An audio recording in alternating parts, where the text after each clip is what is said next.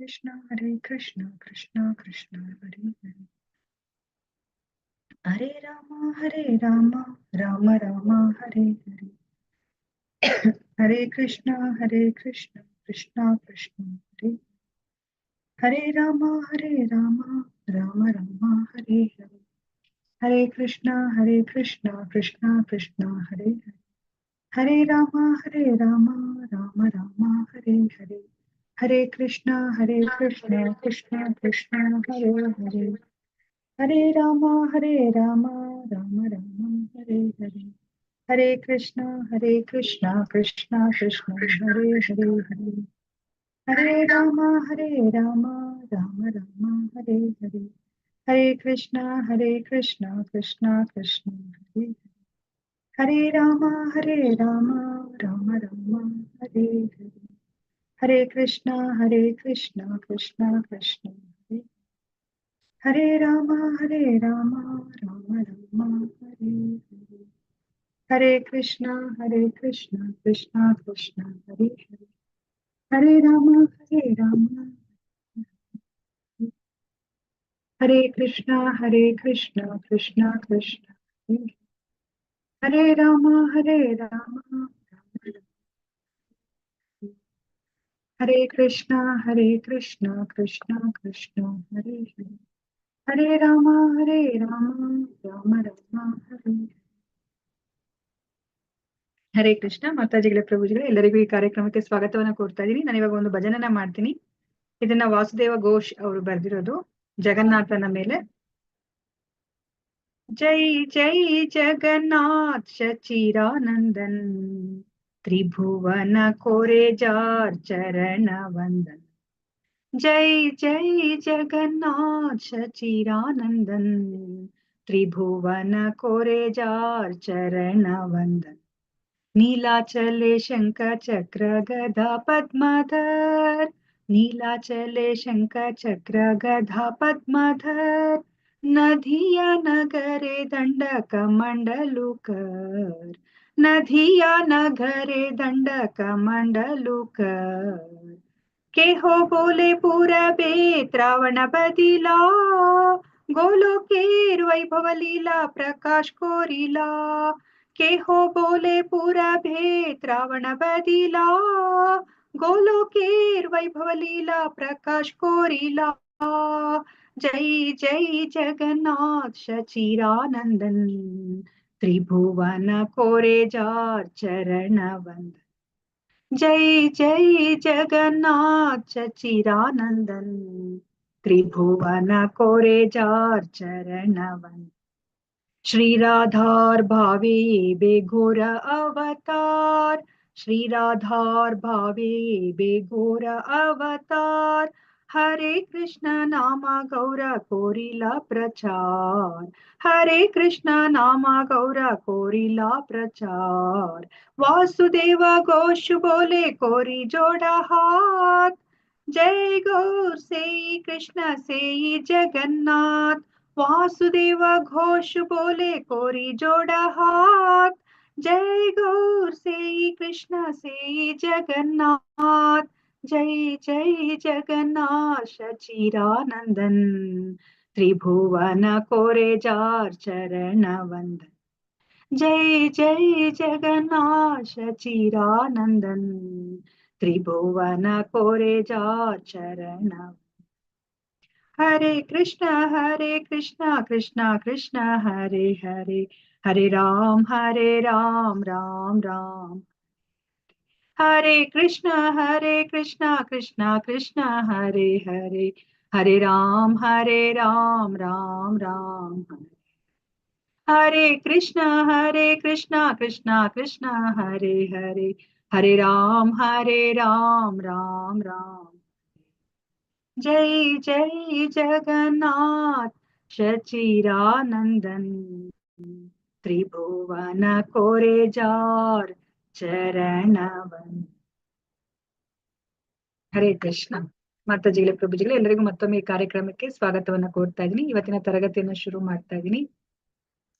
ಓಂ ನಮೋ ಭಗವತೆ ವಾಸುದೇವಾಯ ಓಂ ನಮೋ ಭಗವತೆ ವಾಸುದೇವಾಯ ಓಂ ನಮೋ ಭಗವತೆ ವಾಸುದೇವಾಯ ಇಸ್ಕಾನ್ ಮಂಗಳೂರು ಶ್ರೀ ಶ್ರೀ ರಾಧಾ ಗೋವಿಂದ ದೇವಸ್ಥಾನದ ವತಿಯಿಂದ ನಡೆಸಿಕೊಡುತ್ತಿರುವ ಭಾನುವಾರದ ಭಕ್ತಿ ಸದಾಚಾರ ತರಗತಿಗೆ ಎಲ್ಲರಿಗೂ ಸ್ವಾಗತವನ್ನ ಕೋರುತ್ತಾ ಇದ್ದೇನೆ. ಶ್ರೀ ಶ್ರೀ ರಾಧಾ ಗೋವಿಂದ ಅವರ ಚರಣಾರವಿಂದಗಳಲ್ಲಿ ನನ್ನ ನಮಸ್ಕಾರಗಳನ್ನು ಸಲ್ಲಿಸುತ್ತಾ ಈ ಕೃಷ್ಣ ಪ್ರಜ್ಞೆಯನ್ನು ಪ್ರಪಂಚದಾದ್ಯಂತ ಹರಡಿರುವ ಎಸಿ ಭಕ್ತಿ ವೇದಾಂತ ಸ್ವಾಮಿ ಪ್ರಭುಪಾದ ಅವರಿಗೂ ನನ್ನ ನಮನಗಳನ್ನು ಸಲ್ಲಿಸುತ್ತಾ ಈ ದೇವಸ್ಥಾನದ ಮುಖ್ಯಸ್ಥರು, ಈ ಕಾರ್ಯಕ್ರಮದ ಕಾರ್ಯಕರ್ತರುಗಳು ಮತ್ತು ನನ್ನ ಗುರುಗಳಾದ ಪೂಜ್ಯ ನಾಮನಿಷ್ಠಾಸ್ ಪ್ರಭುಜಿಯವರಿಗೂ ನನ್ನ ನಮಸ್ಕಾರಗಳನ್ನು ಸಲ್ಲಿಸುತ್ತಾ ಗುರು ಪ್ರಾರ್ಥನೆಯೊಂದಿಗೆ ನಾನು ಈ ದಿನದ ಕಾರ್ಯಕ್ರಮವನ್ನ ಶುರು ಮಾಡುತ್ತಾ ಇದ್ದೇನೆ. ಓಂ ಅಜ್ಞಾನತಿಮಿರಾಂಧಸ್ಯ ಜ್ಞಾನಾಂಜನಶಲಾಕಯ ಚಕ್ಷುರುನ್ಮೀಲಿತಂ ಯೇನ ತಸ್ಮೈ ಶ್ರೀ ಗುರವೇ ನಮಃ. ಶ್ರೀ ಚೈತನ್ಯ ಮನೋಭೀಷ್ಟಂ ಸ್ಥಾಪಿತಂ ಯೇನ ಭೂತಲೆ ಸ್ವಯಂ ರೂಪಃ ಕದಾ ಮಹ್ಯಂ ದದಾತಿ ಸ್ವಪದಾಂತಿಕಂ. ವಂದೇಹಂ ಶ್ರೀ ಗುರೋಃ ಶ್ರೀಯುತಪದಕಮಲಂ ಶ್ರೀ ಗುರೂನ್ ವೈಷ್ಣವಾಂಶ್ಚ ಶ್ರೀರೂಪಂ ಸಾಗ್ರಜಾತಂ ಸಹಗಣ ರಘುನಾಥಾನ್ವಿತಂ ತಂ ಸಜೀವಂ ಸಾದ್ವೈತಂ ಸಾವಧೂತಂ ಪರಿಜನ ಸಹಿತಂ ಕೃಷ್ಣ ಚೈತನ್ಯ ದೇವಂ ಶ್ರೀ ರಾಧಾ ಕೃಷ್ಣ ಪಾದಾನ್ ಸಹಗಣ ಲಲಿತಾ ಶ್ರೀ ವಿಶಾಖಾನ್ವಿತಾಂಶ್ಚ. ಹೇ ಕೃಷ್ಣ ಕರುಣಾ ಸಿಂಧೋ ದೀನಬಂಧೋ ಜಗತ್ಪತೆ ಗೋಪೇಶ ಗೋಪಿಕಾ ಕಾಂತ ರಾಧಾ ಕಾಂತ ನಮೋಸ್ತುತೆ. ತಪ್ತ ಕಾಂಚನ ಗೌರಾಂಗಿ ರಾಧೆ ವೃಂದಾವನೇಶ್ವರಿ ವೃಷಭಾನುಸುತೆ ದೇವಿ ಪ್ರಣಮಾಮಿ ಹರಿಪ್ರಿಯೆ. ವಾಂಚಾಕಲ್ಪತರುಭ್ಯಶ್ಚ ಕೃಪಾ ಸಿಂಧುಭ್ಯ ಏವ ಚ ಪತಿತಾನಾಂ ಪಾವನೇಭ್ಯೋ ವೈಷ್ಣವೇಭ್ಯೋ ನಮೋ ನಮಃ. ನಮೋ ಓಂ ವಿಷ್ಣುಪಾದಾಯ ಕೃಷ್ಣ ಪ್ರೇಷ್ಠಾಯ ಭೂತಲೆ ಶ್ರೀಮತೆ ಭಕ್ತಿ ವೇದಾಂತ ಸ್ವಾಮಿನ್ ಇತಿ ನಾಮಿನೆ. ನಮಸ್ತೆ ಸರಸ್ವತಿ ದೇವೆ ಗೌರವಾಣಿ ಪ್ರಚಾರಿಣೆ ನಿರ್ವಿಶೇಷ ಶೂನ್ಯವಾದಿ ಪಾಶ್ಚಾತ್ಯ ದೇಶತಾರಿಣೆ.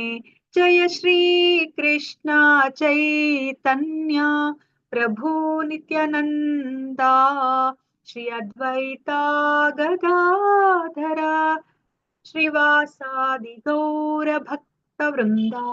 ಹರೇ ಕೃಷ್ಣ ಕೃಷ್ಣ ಕೃಷ್ಣ ಹರೇ ಹರೇ, ಹರೇ ರಾಮ ರಾಮ ರಾಮ ಹರೇ ಹರೇ, ಹರೇ ಕೃಷ್ಣ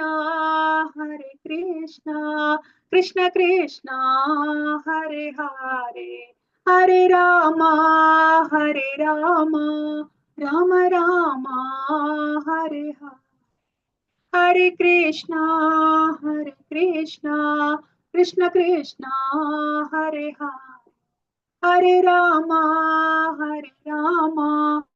ರಾಮ ರಾಮ ಹರೇ ಹರೇ. ನಾರಾಯಣಂ ನಮಸ್ಕೃತ್ಯ ನರಂ ಚೈವ ನರೋತ್ತಮಂ ದೇವೀಂ ಸರಸ್ವತಿಂ ವ್ಯಾಸಂ ತತೋ ಜಯಂ ಉದೀರಯೇತ್. ನಷ್ಟಪ್ರಾಯೇಷು ಅಭದ್ರೇಷು ನಿತ್ಯಂ ಭಾಗವತ ಸೇವಯಾ ಭಗವತಿ ಉತ್ತಮ ಶ್ಲೋಕೆ ಭಕ್ತಿರ್ಭವತಿ ನೈಷ್ಟಿಕಿ. ಕೃಷ್ಣಾಯ ವಾಸುದೇವಾಯ ದೇವಕೀ ನಂದನಾಯ ಚ ನಂದ ಗೋಪಕುಮಾರಾಯ ಗೋವಿಂದಾಯ ನಮೋ ನಮಃ. ನಮಃ ಪಂಕಜನಾಭಾಯ ನಮಃ ಪಂಕಜಮಾಲಿನೇ ನಮಃ ಪಂಕಜನೇತ್ರಾಯ ನಮಸ್ತೆ ಪಂಕಜಾಗ್ರಯೇ. ಹರೇ ಕೃಷ್ಣ. ಹರೇ ಕೃಷ್ಣ. ಎಲ್ಲರಿಗೂ ಈ ಕಾರ್ಯಕ್ರಮಕ್ಕೆ ಮತ್ತೊಮ್ಮೆ ಸ್ವಾಗತವನ್ನ ಕೊಡ್ತಾ ಇದೀನಿ. ಹರೇ ಕೃಷ್ಣ. ನಾವು ಯಾರ ಬಗ್ಗೆ ತಿಳ್ಕೊತಾ ಇದ್ವಿ? ನಾವು ಯಾರ ಪ್ರಾರ್ಥನೆ ನಾವು ತಿಳ್ಕೊತಾ ಇದ್ವಿ?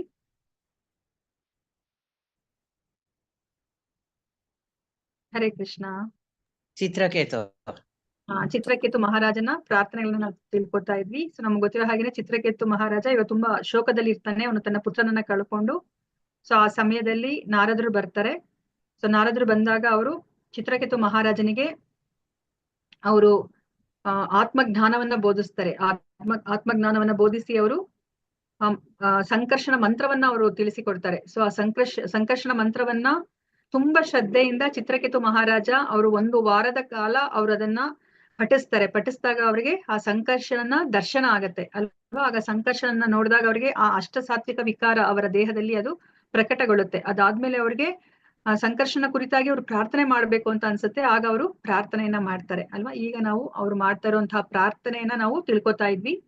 ಈಗ ಇಲ್ಲಿ ತನಕ ನಾವು ಅವರ 5 ಪ್ರಾರ್ಥನೆಗಳನ್ನ ನಾವು ತಿಳ್ಕೊಂಡಿದೀವಿ. ಈಗ ಮತ್ತೆ ಅದರ ಮುಂದುವರೆದ ಭಾಗವನ್ನ ನಾವು ನೋಡೋಣಂತೆ. ಸೊ ಚಿತ್ರಕೇತು ಮಹಾರಾಜ ಏನ್ ಪ್ರಾರ್ಥನೆಯನ್ನ ಮಾಡಿದ್ದಾರೆ ಅಂತ ಹೇಳ್ಬಿಟ್ಟು ನಾವು ಇವತ್ತು 40ನೇ ದಿನ 39ನೇ ದಿನ ಮಾಡ್ಬೇಕಾಗತ್ತೆ. ಸೊ ಅದಕ್ಕಿಂತ ಮುಂಚೆ ಚಿತ್ರಕೇತು ಮಹಾರಾಜ ಏನ್ ಪ್ರಾರ್ಥನೆಯನ್ನ ಮಾಡಿದ್ದಾರೆ ಸಂಕರ್ಷಣನ್ನ ಅವರು ಕುರಿತಾಗಿ ಅಂತ ಹೇಳ್ಬಿಟ್ಟು ನಾವು ನೋಡೋಣ.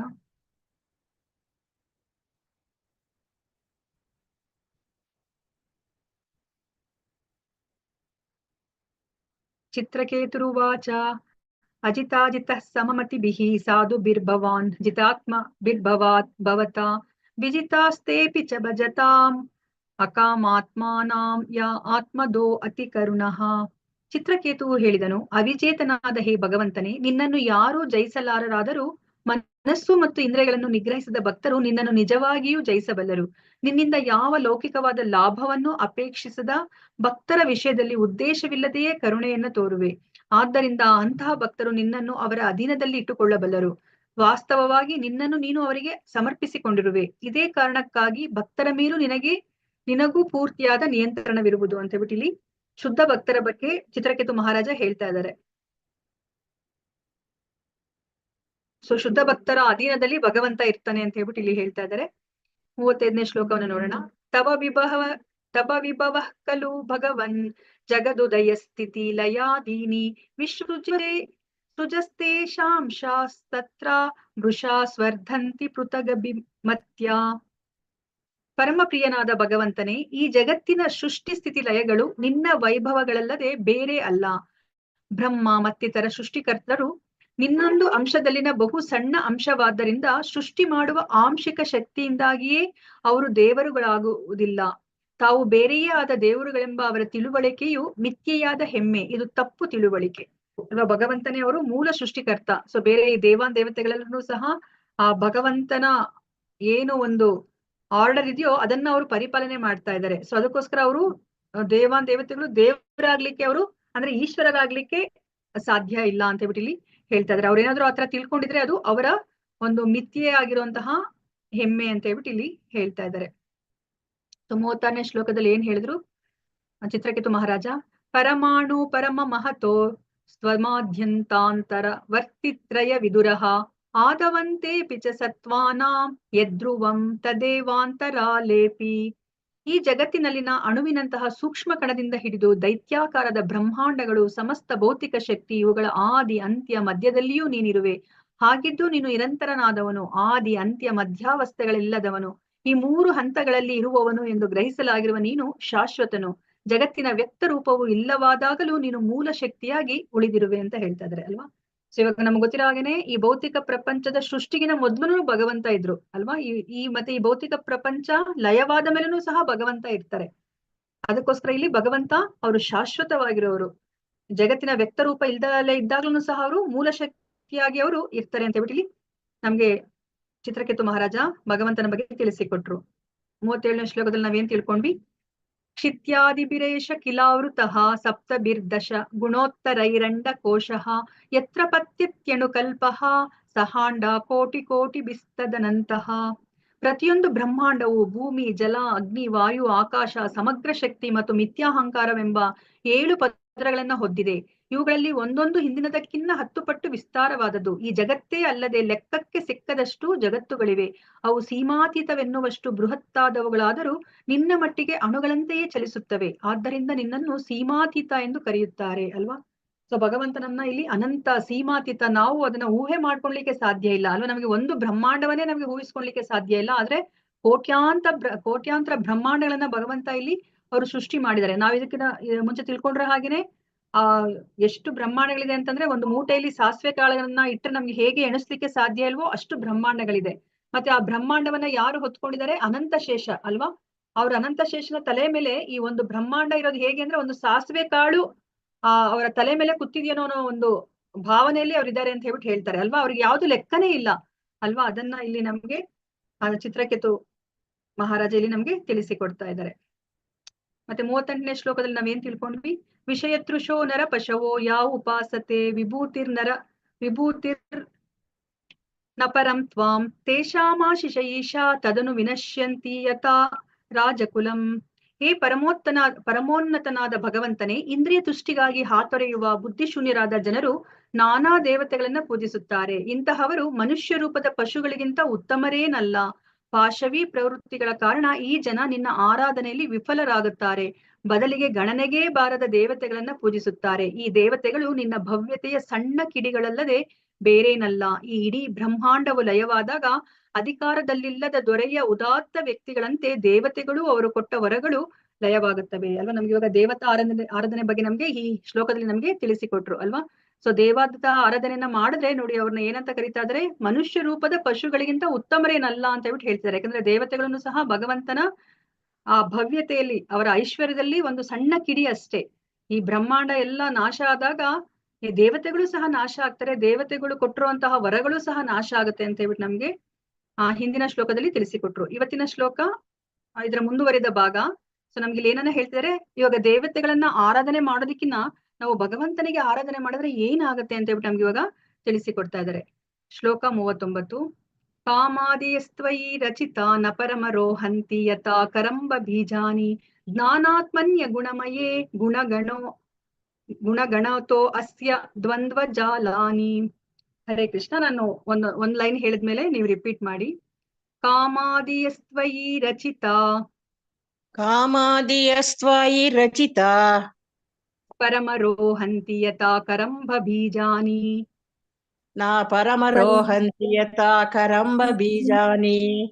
ಜ್ಞಾನಾತ್ಮನ್ಯ ಗುಣಮಯೇ ಗುಣಗಣೋತೋ ಅಸ್ಯ ದ್ವಂದ್ವ ಜಾಲಾನಿ.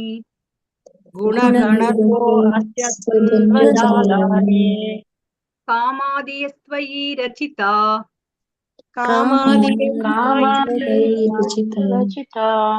ಪರಮಾರೋಹಂತಿ ಯಥಾ ಕರಂಬ ಬೀಜಾನಿ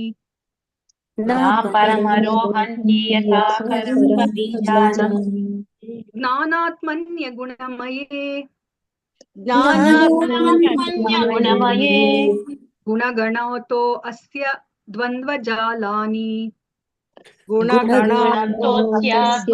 ಜಾಲಾನಿ. ಕಾಮಾದಿಯಸ್ತ್ವಯಿ ರಚಿತ ನ ಪರಮರೋಹಂತಿ ಯಥಾ ಕರಂಬ ಬೀಜಾನಿ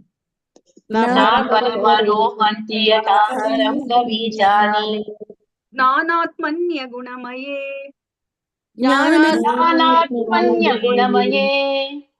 ಗುಣಗಣೋತೋಸ್ಯ ದ್ವಂದ್ವ ಜಾಲಾನಿ.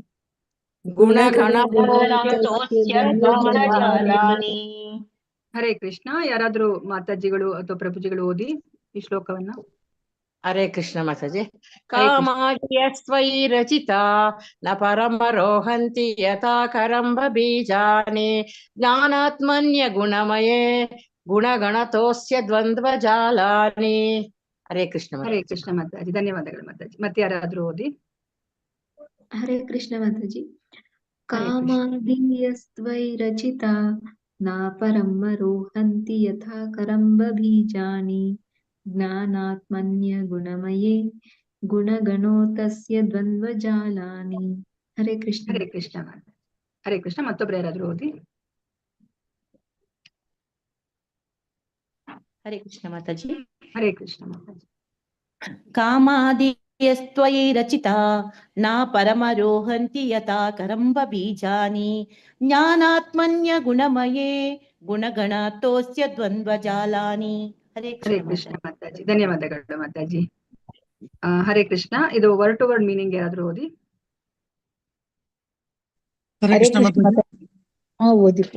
ಓದಿ ಪ್ರಭುಜಿ. ಓದಿ ರಾಜು. ಮತ್ತೆ ಓದಿ ಪ್ರಭುಜಿ ಓದಿ. ಕಾಮಾದಿಯ ಇಂದ್ರಿಯ ಸುಖಕ್ಕಾಗಿ ಇರುವ ಆಸೆಗಳು ತ್ವಯಿ ನಿನ್ನಲ್ಲಿ ರಚಿತ ವಿರಚಿತವಾಗಿವೆ. ನ ಇಲ್ಲ ಪರಂ ಹೇಯ ದೇವೋತ್ತಮ ಪರಮ ಪುರುಷನೇ ರೋಹಂತಿ ಬೆಳೆಯುತ್ತದೆ. ಯಥಾ ಹೇಗೆ. ಕರಂಬ ಬೀಜಾನಿ ನಿಯಸತ್ವ ಅಥವಾ ಉರಿದ ಬೀಜಗಳು. ಜ್ಞಾನ ಆತ್ಮಾನಿ ಜ್ಞಾನ ಸ್ವರೂಪನಾದ ನಿನ್ನಲ್ಲಿ. ಆ ಗುಣಮಯೇ ಭೌತಿಕ ಗುಣಗಳ ಲೇಪ ಇಲ್ಲದವನಲ್ಲಿಯೇ ಗುಣಗಣತಃ ಭೌತಿಕ ಗುಣ ಸಮೂಹದಿಂದ ಅಸ್ಯ ಮನುಷ್ಯನ ದ್ವಂದ್ವ ಜಾಲಾನಿ, ದ್ವಂದ್ವದ ಪೊಲೆಗಳು.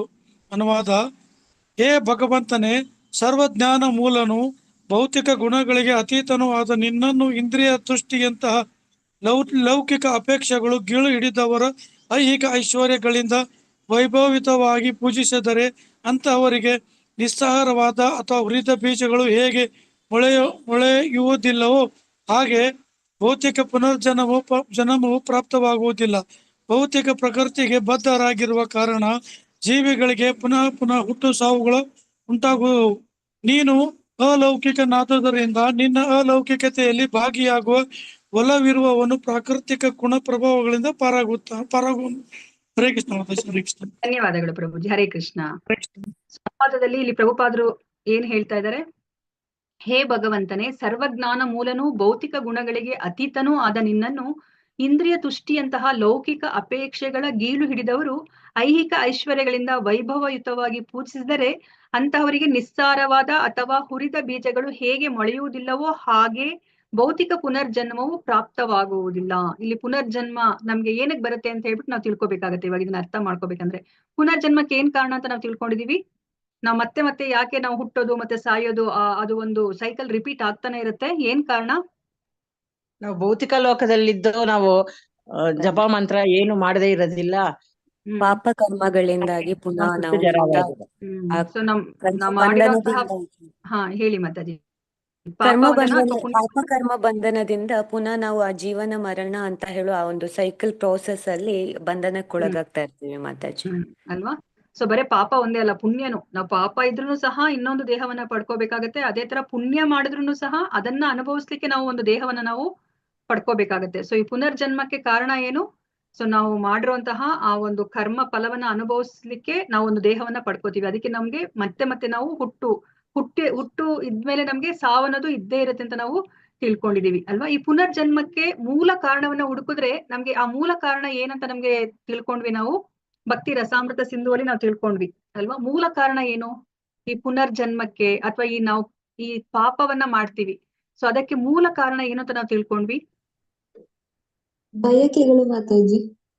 ಬಯಕೆಗಳು. ಆ ಬಯಕೆಗಳಿಗೆ ಕಾರಣ ಏನು? ತ್ರಿಗುಣಗಳಿಂದ. ಓಕೆ, ಸೊ ತ್ರಿಗುಣಗಳಿಂದ. ಅದಕ್ಕೆ ಮೂಲ ಕಾರಣ ಏನು? ನಮ್ಗೆ ಯಾಕೆ ಅಲ್ಲಿ ಆತರ ಇಚ್ಛೆ ಬರುತ್ತೆ ನಮ್ಗೆ?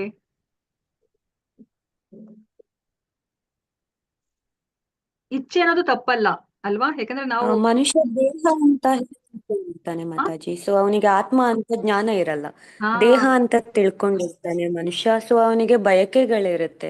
ಅದಕ್ಕೆ ಭಗವಂತನಿಗೆ ಆ 3 ಬಯಕೆಗಳು ಬರಲ್ಲ ಅಲ್ವಾ ಮಾತಾಜಿ? ಅವನು ಅದೆಲ್ಲ ನಿರತನಾಗಿರ್ತಾನೆ ಅಂತ.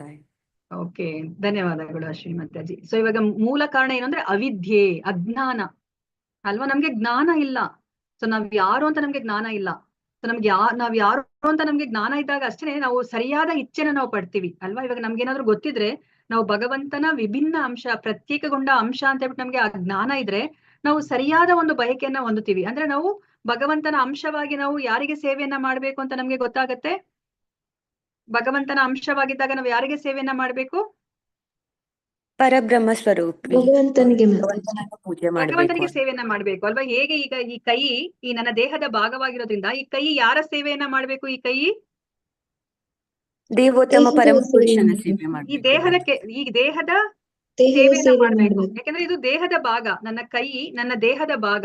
ನನ್ನ ದೇಹದ ಭಾಗವಾಗಿ ಈ ಕೈಯ ಕರ್ತವ್ಯ ಏನು ಅಂದ್ರೆ ಈ ದೇಹದ ಸೇವೆಯನ್ನ ಮಾಡ್ಬೇಕು. ಅದೇ ಈ ಕೈ ಏನಾದ್ರೂ ಯೋಚನೆ ಮಾಡಿದ್ರೆ ನಾನ್ ಎಷ್ಟ್ ಕಷ್ಟ ಪಡ್ತೀನಿ, ನಾನು ಕೆಸರಲ್ಲೆಲ್ಲ ನನ್ನ ಕೈಯನ್ನ ಇಟ್ಟು ನಾನು ಕಷ್ಟ ಪಡ್ತೀನಿ, ಅದರ ಫಲವನ್ನ ಈ ನಾಲಿಗೆ ಮತ್ತೆ ಹೊಟ್ಟೆ ಅದರ ರುಚಿಯನ್ನ ಅನುಭವಿಸುತ್ತೆ, ಅದರ ಫಲವನ್ನ ಅದು ಅನುಭವಿಸುತ್ತೆ ಅಂತ ಯೋಚನೆ ಮಾಡಿ ಈ ಕೈ ಏನಾದ್ರೂ ಪ್ರತ್ಯೇಕಗೊಂಡು ಅದೇನಾದ್ರೂ ಈ ದೇಹದಿಂದ ಪ್ರತ್ಯೇಕವಾಗಿ ಆ ಕಡೆ ಹೋಗಿ ಬಿದ್ರೆ ಆ ಕೈಗೆ ಏನಾದ್ರೂ ಒಂದು ಬೆಲೆ ಇದೆಯಾ? ಈ ದೇಹದಿಂದ ಪ್ರತ್ಯೇಕಗೊಂಡ ಕೈಗೆ ಏನಾದ್ರೂ ಒಂದು ಬೆಲೆ ಅಂತ ಇದೆಯಾ? ಇಲ್ಲ ಮಾತಾಜಿ, ಇಲ್ಲ ಅಲ್ವಾ? ನೋಡ್ಲಿಕ್ಕೆ ಅದು ಯಾವ ತರ ಕಾಣುತ್ತೆ? ಕೈ ತರನೇ ಕಾಣುತ್ತೆ ಅಲ್ವಾ? ಆದ್ರೆ ಅದಕ್ಕೆ ಯಾವುದೇ ಒಂದು ಬೆಲೆ ಇಲ್ಲ. ಈ ಕೈ ಯಾವಾಗ ಈ ದೇಹಕ್ಕೆ ಅಂಟ್ಕೊಂಡಿದ್ದು ಈ ದೇಹದ ಸೇವೆಯನ್ನ ಮಾಡುತ್ತೋ ಅವಾಗಷ್ಟೇನೆ ಈ ಕೈಗೆ ಒಂದು ಬೆಲೆ ಅನ್ನೋದಿರೋದು ಅಲ್ವಾ? ಸೊ ಅದೇ ತರನೇ ಇವಾಗ ನಾವು ಸಹ ಭಗವಂತನ ವಿಭಿನ್ನ ಅಂಶಗಳು. ಇವಾಗ ನಾವೇನ್ ಮಾಡಿದೀವಿ? ಭಗವಂತನ ಸೇವೆಯನ್ನ ಮಾಡೋ ಬದಲು ನಮ್ಮ ಇಂದ್ರಿಯ ಸುಖವದ ಕುರಿತಾಗಿ ನಾವು ಯೋಚನೆಯನ್ನ ಮಾಡ್ತಾ ಇದೀವಿ. ನಮ್ಗೆ ಅಂತಹ ಬಯಕೆಗಳು ಬಂದಿದೆ. ಅದಕ್ಕೋಸ್ಕರ ಇದನ್ನ ಏನಂತ ಕರೀತಾರೆ? ಎಂತಹ ಇಚ್ಛೆ ಬಂದಿದೆ ನಮ್ಗೆ? ಪಾಪ ಪೂರಿತ ಇಚ್ಛೆ ಬಂದಿದೆ ಅಲ್ವಾ? ಸೊ ನಮ್ಗೆ ಬಂದಿರೋದು ಅದು ಏನು? ನಮ್ಮ ಏನು ಧರ್ಮಕ್ಕನುಗುಣವಾದ ಇಚ್ಛೆ ಬಂದಿಲ್ಲ, ನಮ್ಗೆ ಪಾಪ ಪೂರಿತ ಇಚ್ಛೆ ಬಂದಿದೆ. ಸೊ ಇವಾಗ ಪಾಪ ಪೂರಿತ ಇಚ್ಛೆಯನ್ನ ನಾವೇನಂತೀವಿ, ನಮ್ಮಲ್ಲಿರೋ ಆ ಇಚ್ಛೆಯನ್ನ ಬೀಜ ಅಂತ ಹೇಳ್ತೀವಿ. ಬೀಜದ ಒಂದು ರೂಪದಲ್ಲಿ ಆ ಪಾಪಗಳಿದೆ ಅಂತ ಹೇಳ್ಬಿಟ್ಟು ಹೇಳ್ತೀವಿ. ನಮ್ಗೆ ಆ ಇಚ್ಛೆ ಅನ್ನೋದು ಇದೆ, ನಾನ್ ಅನುಭವಿಸ್ಬೇಕು, ನನ್ನ ಇಂದ್ರಿಯ ಸುಖವನ್ನ ನಾನ್ ಅನುಭವಿಸ್ಬೇಕು ಅಂತ ಹೇಳ್ಬಿಟ್ಟು ಅಲ್ವಾ.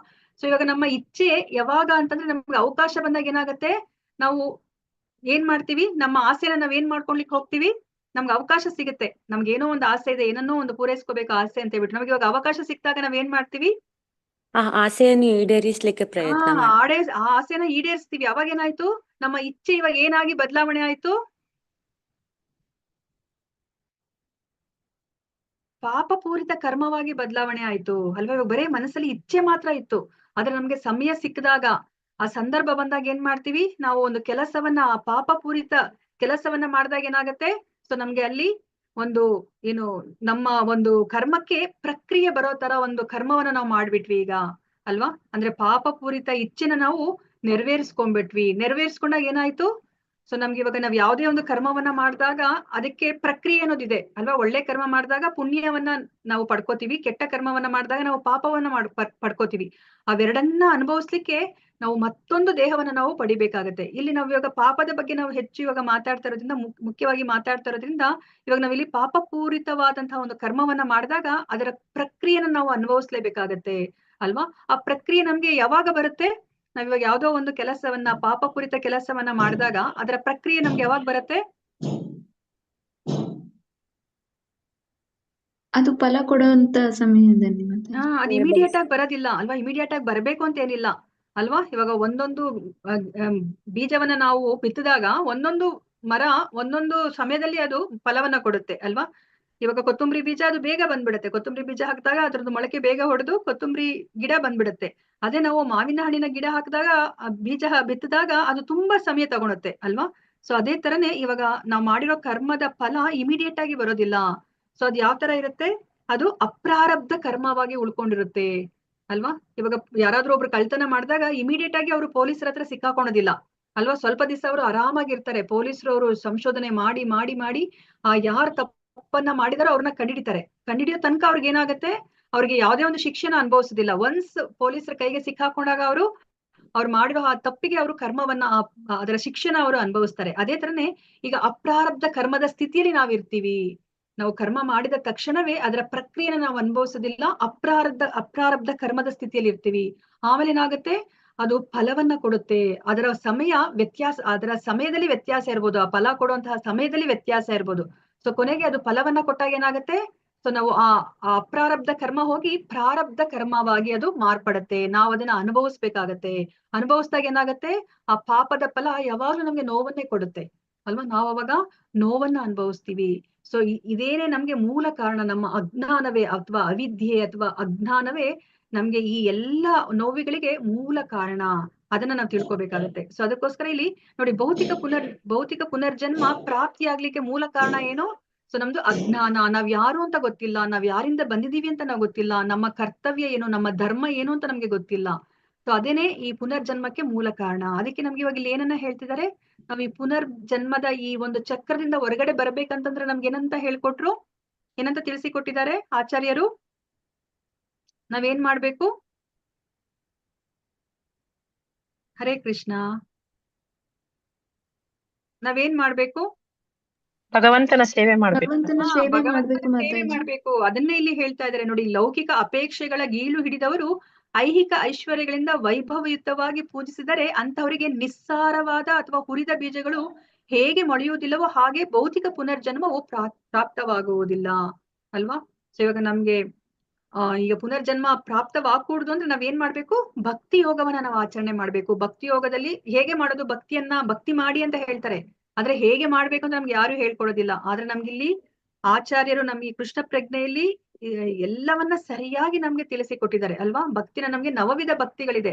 ಶ್ರವಣಂ, ಕೀರ್ತನಂ, ವಿಷ್ಣು ಸ್ಮರಣಂ, ಅರ್ಚನಂ, ವಂದನಂ, ಪಾದ ಸೇವನಂ, ದಾಸ್ಯಂ, ಸಖ್ಯಂ, ಆತ್ಮ ನಿವೇದನಂ ಅಲ್ವಾ. ಈ 9 ವಿಧದಲ್ಲಿ ನಾವು ಯಾವ ರೀತಿಯಿಂದ ನಮ್ಗೆ ಮಾಡಿದ್ರು ಸಹ ನಾವು ಭಗವಂತನನ್ನ ನಾವು ಸಾಕ್ಷಾತ್ಕಾರ ಮಾಡ್ಕೋಬಹುದು ಅಲ್ವಾ. ಅದ್ರಲ್ಲಿ ಮುಖ್ಯವಾಗಿರೋದು ನಮ್ಗೆ ಏನಂತ ಹೇಳಿದರೆ, ಕಲಿಯುಗಕ್ಕೆ ಶ್ರವಣಂ, ಕೀರ್ತನಂ, ಸ್ಮರಣಂ ಅಲ್ವಾ. ಈ ಮೂರನ್ನ ನಮ್ಗೆ ತುಂಬಾ ಮುಖ್ಯವಾಗಿ ನಮ್ಗೆ ತಿಳಿಸಿಕೊಟ್ಟಿದ್ದಾರೆ ಅಲ್ವಾ. ಇವಾಗ ನೋಡಿ ನಮ್ಗೆ ಇವಾಗ ಗೊತ್ತಿರೋ ಹಾಗೆ ಇವಾಗ ಒಬ್ಬ ಕಳ್ಳ ಏನಾದ್ರೂ ಒಂದು ತಪ್ಪನ್ನ ಮಾಡಿದ್ರೆ ಅವ್ರಿಗೆ ಏನ್ ಶಿಕ್ಷೆ ಸಿಗುತ್ತೆ, ಅವ್ರಿಗೆ ಜೈಲಲ್ಲಿ ಹಾಕ್ತಾರೆ ಅಲ್ವಾ. ಜೈಲಲ್ಲಿ ಇವಾಗ ಅವ್ರು ಮಾಡಿರುವಂತಹ ತಪ್ಪಿಗೆ ಅನುಗುಣವಾಗಿ ಅವ್ರಿಗೆ 1 ವರ್ಷ 2 ವರ್ಷ ಅವ್ರಿಗೆ ಅದರ ಅನುಗುಣವಾಗಿ ಅವ್ರಿಗೆ ಶಿಕ್ಷೆನ ಕೊಡ್ತಾರೆ. ಅವರು ಜೈಲಿಂದ ಹೊರಗಡೆ ಬಂದ್ಮೇಲೆ ಅವರಲ್ಲಿ ಏನಾದ್ರೂ ಪರಿವರ್ತನೆ ಆಗಿರುತ್ತಾ?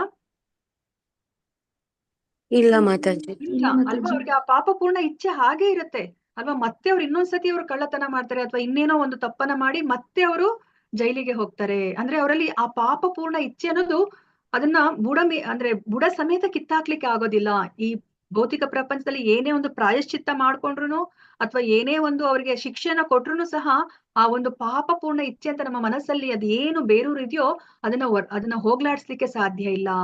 ಇದು ಹೋಗ್ಲಾಡಿಸ್ಬೇಕು ಅಂತಂತಂದ್ರೆ ಭಕ್ತಿಯಿಂದ ಮಾತ್ರನೇ ಸಾಧ್ಯ, ಭಕ್ತಿ ಯೋಗದಿಂದ ಮಾತ್ರನೇ ಸಾಧ್ಯ. ಅವಾಗ ಏನಾಗತ್ತೆ, ಆ ಬೀಜ ರೂಪದಲ್ಲಿ ನಮ್ಗೆ ಆ ಪಾಪಪೂರ್ಣ ಇಚ್ಛೆ ಇದೆಯಲ್ಲ ಅದು ಯಾವ ತರ ಅದು ಬದಲಾವಣೆ ಆಗುತ್ತೆ ನಾವು ಭಕ್ತಿಯನ್ನ ಮಾಡಿದ್ರೆ ಅಂತಂದ್ರೆ, ಇವಾಗ ಒಂದು ಬೀಜವನ್ನ ನಾವು ಹುರಿದ್ರೆ ಏನಾಗುತ್ತೆ, ಹುರಿದು ನಾವ್ ಅದನ್ನ ಭೂಮಿಯಲ್ಲಿ ಬಿತ್ತಿದ್ರೆ ಅದರಿಂದ ಏನಾದ್ರು ಮೊಳಕೆ ಹೊಡೆದು ಒಂದು ಗಿಡ ಬರ್ಲಿಕ್ಕೆ ಸಾಧ್ಯ ಇದೆಯಾ?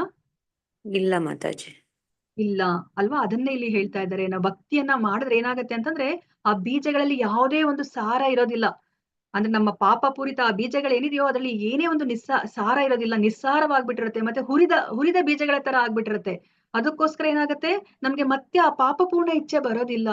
ನಾನು ನನ್ನ ಇಂದ್ರಿಯ ಸುಖವನ್ನ ನಾನು ಅನುಭವಿಸ್ಬೇಕು, ನಾನು ನನ್ನವರು ನನ್ನ ಮನೆ ಅಂತ ಹೇಳ್ಬಿಟ್ಟು ಅಹಂಕಾರ ಮಮಕಾರ ಏನಿದೆಯೋ ಅದು ಹೊರಟೋಗುತ್ತೆ. ಅದು ಯಾವಾಗ ಹೊರಟೋಗುತ್ತೋ ಅವಾಗ ಏನಾಗತ್ತೆ, ನಮ್ಗೆ ಈ ಪುನರ್ಜನ್ಮ ಅನ್ನೋದು ಪ್ರಾಪ್ತ ಆಗೋದಿಲ್ಲ. ನಾವು ಈ ಹುಟ್ಟು ಸಾವಿನ ಚಕ್ರದಿಂದ ನಾವು ಹೊರಗಡೆ ಬರ್ತೀವಿ ಅಂತ ಹೇಳ್ಬಿಟ್ಟು ನಮ್ಗೆ ಇಲ್ಲಿ ಹೇಳ್ತಾ ಇದ್ದಾರೆ. ಇದನ್ನ ನಾನು ಇನ್ನೊಮ್ಮೆ ಓದ್ತೀನಿ, ನಿಮ್ಗೆ ಅವಾಗ ಅರ್ಥ ಆಗತ್ತೆ.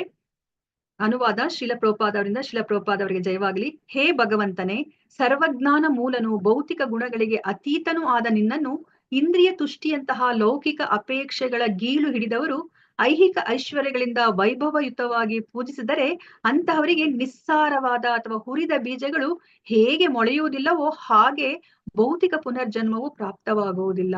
ಭೌತಿಕ ಪ್ರಕೃತಿಗೆ ಬದ್ಧರಾಗಿರುವ ಕಾರಣ ಜೀವಿಗಳಿಗೆ ಪುನಃ ಪುನಃ ಹುಟ್ಟು ಸಾವುಗಳು ಉಂಟಾಗುವು. ನೀನು ಅಲೌಕಿಕನಾದುದರಿಂದ ನಿನ್ನ ಅಲೌಕಿಕತೆಯಲ್ಲಿ ಭಾಗಿಯಾಗಿರುವ ಒಲವಿರುವವನು ಪ್ರಾಕೃತಿಕ ಗುಣಪ್ರಭಾವಗಳಿಂದ ಪಾರಾಗುವನು ಅಂತ ಹೇಳ್ಬಿಟ್ಟು ಇಲ್ಲಿ ಹೇಳ್ತಾ ಇದ್ದಾರೆ ಚಿತ್ರಕೇತು ಮಹಾರಾಜ. ಭಾವಾರ್ಥವನ್ನ ನೋಡೋಣಂತೆ. ಹರೇ ಕೃಷ್ಣ. ಯಾರಾದ್ರೂ ಓದಿ ಭಾವಾರ್ಥವನ್ನ. ಹರೇ ಕೃಷ್ಣ ಮಾತಾಜಿ. ಭಗವದ್ಗೀತೆ 4.9 ಈ ಮಾತುಗಳನ್ನು ಪುಷ್ಟೀಕರಿಸುತ್ತಾ ಹೀಗೆಂದು ಹೇಳಿದೆ. ಜನ್ಮ ಕರ್ಮಾಚ ಮೇ ದಿವ್ಯಂ ಏವಂ ಯೋ ವೇತಿ ತತ್ವತಃ ತ್ಯಕ್ತ್ವಾ ದೇಹಂ ಪುನರ್ಜನ್ಮ ನೈತಿ ಮಾಮೇತಿ ಸೋರ್ಜುನ. ಹೇ ಅರ್ಜುನನೇ, ನನ್ನ ಆವಿರ್ಭಾವದ ಹಾಗೂ ಲೀಲೆಗಳ ದಿವ್ಯ ಸ್ವಭಾವವನ್ನು ಅರಿತವನು ಈ ದೇಹವನ್ನು ತ್ಯಜಿಸಿದ ಬಳಿಕ ಪುನಃ ಈ ಭೌತಿಕ ಪ್ರಪಂಚದಲ್ಲಿ ಜನ್ಮ ತಾಳುವುದಿಲ್ಲ. ನನ್ನ ನಿರಂತರ ಧಾಮದಲ್ಲಿ ಆಶ್ರಯ ಪಡೆಯುತ್ತಾನೆ. ಕೃಷ್ಣನನ್ನು ಅರಿಯಲು ಕೃಷ್ಣ ಪ್ರಜ್ಞೆಯಲ್ಲಿ ನಿರತನಾದ ಮಾತ್ರಕ್ಕೆ ವ್ಯಕ್ತಿಯು ಹುಟ್ಟು ಸಾವುಗಳ ಸತತವಾದ ವ್ಯಾಪಾರದಿಂದ ಅಬಾಧಿತನಾಗುತ್ತಾನೆ. ಭಗವದ್ಗೀತೆಯಲ್ಲಿ ಸ್ಪಷ್ಟವಾಗಿ ಹೇಳಿರುವಂತೆ ತ್ಯಕ್ತಾದೇಹಂ ಪುನರ್ಜನ್ಮ ನೈತಿ. ಕೃಷ್ಣ ಪ್ರಜ್ಞೆಯಲ್ಲಿ ಮಗ್ನನಾದ ಮಾತ್ರಕ್ಕೆ ಅಥವಾ ದೇವೋತ್ತಮ ಪರಮ ಪುರುಷನಾದ ಕೃಷ್ಣನನ್ನು ಅರ್ಥ ಮಾಡಿಕೊಂಡಾಗ ವ್ಯಕ್ತಿಯು ಭಗವದ್ಧಾಮಕ್ಕೆ ಮರಳಲು ಅರ್ಹನಾಗುತ್ತಾನೆ. ಪ್ರಾಪಂಚಿಕ ಅಪೇಕ್ಷೆಗಳಿಂದ ಪೀಡಿತರಾದವರು ಕೂಡ ದೇವೋತ್ತಮ ಪರಮ ಪುರುಷನನ್ನು ಏಕಪ್ರಕಾರವಾಗಿ ಪೂಜಿಸುತ್ತಾ ಬಂದಲ್ಲಿ ಭಗವದ್ಧಾಮಕ್ಕೆ ಮರಳಬಹುದು. ವಸ್ತುಸ್ಥಿತಿ ಏನೆಂದರೆ ಪ್ರಾಪಂಚಿಕ ಅಪೇಕ್ಷೆಗಳಿದ್ದರೂ ಕೃಷ್ಣ ಪ್ರಜ್ಞೆಗೆ ಒಲಿದಾಗ ವ್ಯಕ್ತಿಯು ಕೃಷ್ಣನ ನಾಮ ಪಠನೆಯ ಮೂಲಕ ಹೆಚ್ಚು ಹೆಚ್ಚಾಗಿ ಅವನ ಪಾದಕಮಲಗಳಿಂದ ಆಕರ್ಷಿತನಾಗುತ್ತಾನೆ. ಭಗವಂತನು ಅವನ ಪವಿತ್ರವಾದ ನಾಮಧೇಯವು ಒಂದೇ ಆಗಿವೆ. ಹೀಗಾಗಿ ಇಂದ್ರಿಯ ತುಷ್ಟಿಯಲ್ಲಿನ ವ್ಯಕ್ತಿಯು ಮೋಹವು ವಿಲ್ಲದಾಗುತ್ತದೆ. ಇಂದ್ರಿಯ ತುಷ್ಟಿಯಲ್ಲಿ ಮೋಹಗೊಳ್ಳದಿರುವುದು ಹಾಗೂ ಕೃಷ್ಣನಲ್ಲಿ ಆಸಕ್ತನಾಗುವುದು ಇವು ಬದುಕಿನಲ್ಲಿ ಪರಿಪೂರ್ಣತೆ. ಪ್ರಾಪಂಚಿಕ ಲಾಭಗಳ ಸಲುವಾಗಿಯೇ ಆದರೂ ಅಂತೂ ಹೇಗೂ ವ್ಯಕ್ತಿಯು ಕೃಷ್ಣ ಪ್ರಜ್ಞೆಯಲ್ಲಿ ಹರೇ ಕೃಷ್ಣ. ಹರೇ ಕೃಷ್ಣ ಮಾತಾಜಿ. ಓದಿ ಮಾತಾಜಿ. ಅಂತೂ ಇಂತೂ ಹೇಗೂ ವ್ಯಕ್ತಿಯು ಕೃಷ್ಣ ಪ್ರಜ್ಞೆಯಲ್ಲಿ ನೆಲೆಗೊಂಡಾಗ ಅದು ಮುಕ್ತಿ ಗಳಿಕೆಯಲ್ಲಿ ಫಲಿಸುತ್ತದೆ. ಕಾಮಾದ್ವೇಷಾತ್ ಭಯಾತ್ ಸ್ನೇಹಾತ್. ಇಂದ್ರಿಯಗಳ ತೃಪ್ತಿಗಾಗಲಿ ಅಸೂಯೆಯ ಪ್ರಭಾವದಿಂದಾಗಲಿ ಭಯದಿಂದಾಗಲಿ ಪ್ರೇಮದಿಂದಾಗಲಿ ಅಥವಾ ಬೇರಾವ ಕಾರಣದಿಂದಲೇ ಆಗಲಿ ವ್ಯಕ್ತಿಯು ಕೃಷ್ಣನ ಬಳಿ ಬಂದರೆ ಅಂತವನು ಬದುಕು ಜಯಪ್ರದವಾದಂತೆ. ಹರೇ ಕೃಷ್ಣ ಮಾತಾಜಿ. ಹರೇ ಕೃಷ್ಣ ಮಾತಾಜಿ ಅಲ್ವಾ. ಎಷ್ಟು ಚೆನ್ನಾಗಿ ನೋಡಿ ಇದು ಭಾವಾರ್ಥ. ಸೊ ಇಲ್ಲಿ ನಾವೇನನ್ನ ತಿಳ್ಕೊಂತಾ ಇದೀವಿ. ಸೊ ಇದಕ್ಕಿಂತ ಮುಂಚೆ ಒಂದ್ ಸ್ವಲ್ಪ ಅರ್ಥ ಮಾಡ್ಕೊಳ್ಳೋಣಂತೆ. ಇವಾಗ ನಮ್ಮ ಮೂಲ ಉದ್ದೇಶ ಏನಿದೆ, ನಾವೆಲ್ಲ ಜೀವರಾಶಿಗಳು, ಬರೀ ಮನುಷ್ಯ ಒಬ್ನೇ ಅಲ್ಲ, ಯಾವುದೇ ಒಂದು ಚಿಕ್ಕ ಇರುವೆಯಿಂದ ಇಟ್ಕೊಂಡು ಆನೆ ತನಕನು ಅದಕ್ಕೆ ಜೀವನದಲ್ಲಿ ಏನನ್ನ ಅದು ಪಡಿಬೇಕು ಅಂತ ಅದು ಪ್ರಯತ್ನ ಪಡ್ತಾ ಇರುತ್ತೆ ಬೆಳಗ್ಗೆಯಿಂದ ರಾತ್ರಿ ತನಕ. ನಾವ್ ಏನನ್ನ ಪಡ್ಕೋಬೇಕು ಅಂತ ನಾವು ಪ್ರಯತ್ನ ಪಡ್ತಾ ಇದ್ದೀವಿ, ಎಲ್ಲ ಜೀವರಾಶಿಗಳು. ಐಹಿಕದ ಸುಖ ಮಾತಾಜಿ. ಅಲ್ವಾ, ಆನಂದ ಅಲ್ವಾ, ಸುಖ ಅನ್ನೋದು ಈ ದೇಹಕ್ಕೆ ಸಂಬಂಧಪಟ್ಟಿರೋದು ಅಲ್ವಾ. ಆದ್ರೆ ಆನಂದವನ್ನ ಪಡ್ಕೊಳ್ಲಿಕ್ಕೆ ಪ್ರಯತ್ನ ಪಡ್ತಾ ಇದ್ದಾರೆ. ಆದ್ರೆ ಆ ಆನಂದವನ್ನ ನಾವು ಪಡ್ಕೊಳ್ಲಿಕ್ಕೆ ಸಾಧ್ಯ ಆಗ್ತಾ ಇದೆಯಾ?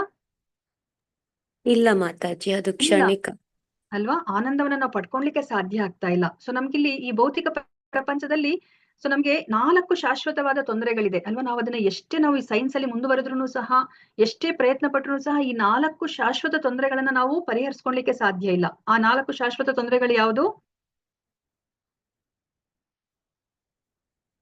4 ತೊಂದರೆಗಳು ಯಾವುದು ಶಾಶ್ವತ ತೊಂದರೆಗಳು? ಹರೇ ಕೃಷ್ಣ. ಹರೇ ಕೃಷ್ಣ ಮಾತಾಜಿ. ಹೇಳಿ ಪ್ರಭುಜಿ, ರಾಜು ಪ್ರಭುಜಿ. ಅದೇ ಮಾತಾಜಿ, ಆದಿ ದೈವಿಕ, ಆದಿ ಭೌತಿಕ ಮತ್ತು ಆಧ್ಯಾತ್ಮಿಕ ಮತ್ತು ಕ್ಲೇಶಗಳು, 3 ಕ್ಲೇಶಗಳು. ಅದೇ ತರ 4 ತೊಂದರೆಗಳು ಯಾವುದು ಪ್ರಭುಜಿ? ತೊಂದರೆ. ಕರೆಕ್ಟ್. ಹುಟ್ಟಿದ್ಮೇಲೆ ಏನಿದೆ ಇರುತ್ತೆ? ಹುಟ್ಟಿದ್ಮೇಲೆ ಏನಿದೆ ಇರುತ್ತೆ?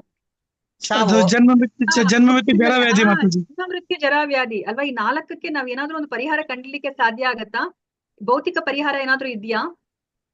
ಇಲ್ಲ ಮತ್ತೆ ಏನ್ ಮಾಡ್ಬೇಕು? ಮತ್ತೆ ನಾವು ಹೇಗೆ ಅದರಿಂದ ನಾವು ಪಾರಾಗ್ಲಿಕ್ಕೆ ಸಾಧ್ಯ? ಈ ಜನ್ಮ ಮೃತ್ಯು ಜರ ವ್ಯಾಧಿಯಿಂದ ನಾವು ಪಾರಾಗ್ಬೇಕಂದ್ರೆ ಏನ್ ಮಾಡ್ಬೇಕು?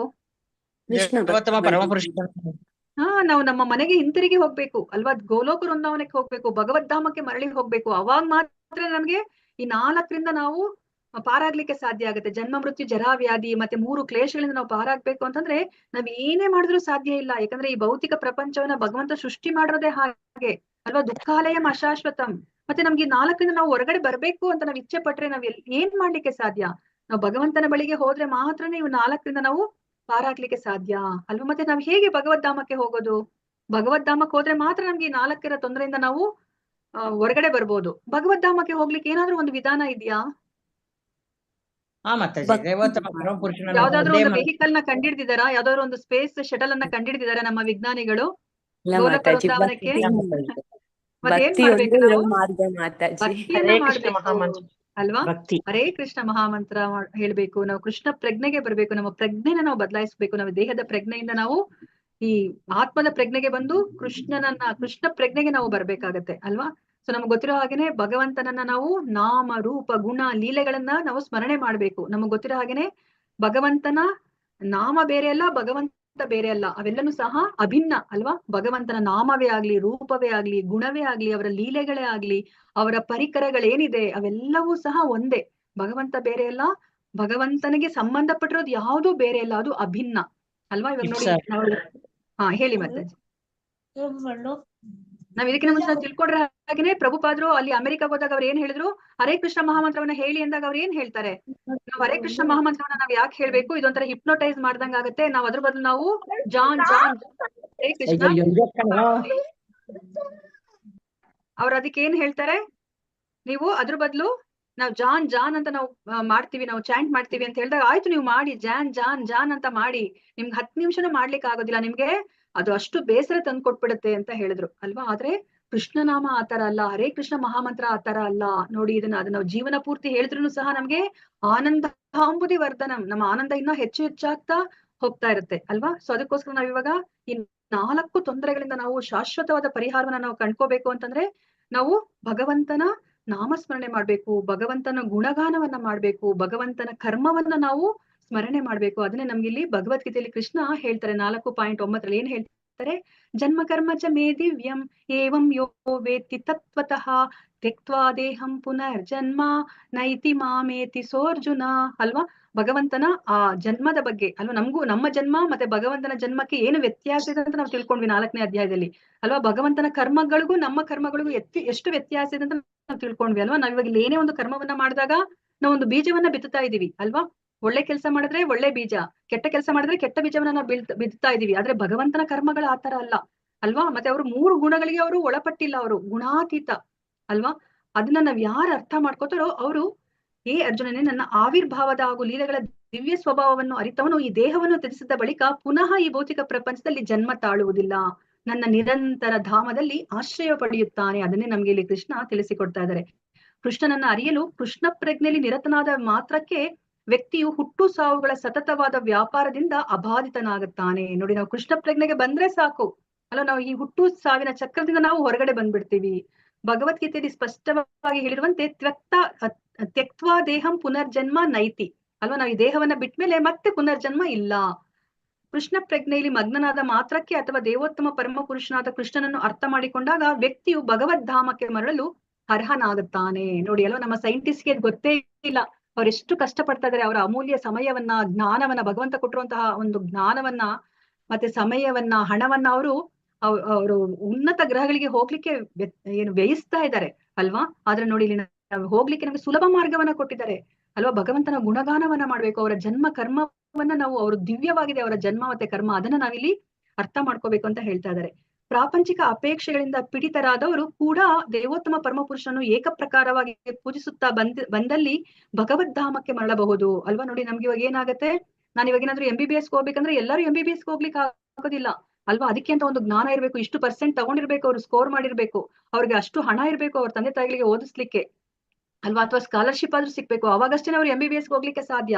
ಆದ್ರೆ ಇಲ್ಲಿ ಏನ್ ಹೇಳ್ತಾ ಇದಾರೆ, ನನ್ನ ಧಾಮಕ್ಕೆ ಯಾರು ಬೇಕಾದ್ರೂ ಬರ್ಬೋದು ಅಲ್ವಾ? ಅದ್ ಯಾವ್ದೇ ಒಂದು ಬಡವ ಬಲ್ಲಿದ ಯಾವುದೇ ಒಂದು ಭೇದ ಭಾವ ಇಲ್ಲ ಅಲ್ವಾ? ಇವ್ರು ಅಮೇರಿಕನ್ ಅಥವಾ ಇವ್ರು ಇಂಡಿಯನ್, ಇವ್ರು ಕ್ರಿಶ್ಚಿಯನ್, ಮುಸ್ಲಿಂ, ಯಾವುದೇ ಒಂದು ಭೇದ ಭಾವ ಇಲ್ಲ. ಇವ್ರು ದೊಡ್ಡವರು ಚಿಕ್ಕವರು, ಇವ್ರು ಕಪ್ಪಗಿದ್ದಾರೆ, ಇವ್ರು ಬೆಳ್ಳಗಿದ್ದಾರೆ, ಯಾವುದೇ ಒಂದು ಭೇದ ಭಾವ ಇಲ್ಲ. ಯಾರು ಬೇಕಾದ್ರೂ ಸಹ ದೇವೋತ್ತಮ ಪರಮ ಪುರುಷನ ಏಕಪ್ರಕಾರವಾಗಿ ಪೂಜಿಸುತ್ತಾ ಬಂದಲ್ಲಿ ಭಗವದ್ಧಾಮಕ್ಕೆ ಮರಳಬಹುದು ಅಂತ ಹೇಳ್ತಾ ಇದ್ದಾರೆ. ನೋಡಿ, ಇದಕ್ಕಿನ ನಮ್ಗೆ ಎಂತಹ ಒಂದು ಅವಕಾಶವನ್ನು ಯಾರು ಕೊಡ್ಲಿಕ್ಕೆ ಸಾಧ್ಯ ಅಲ್ವಾ?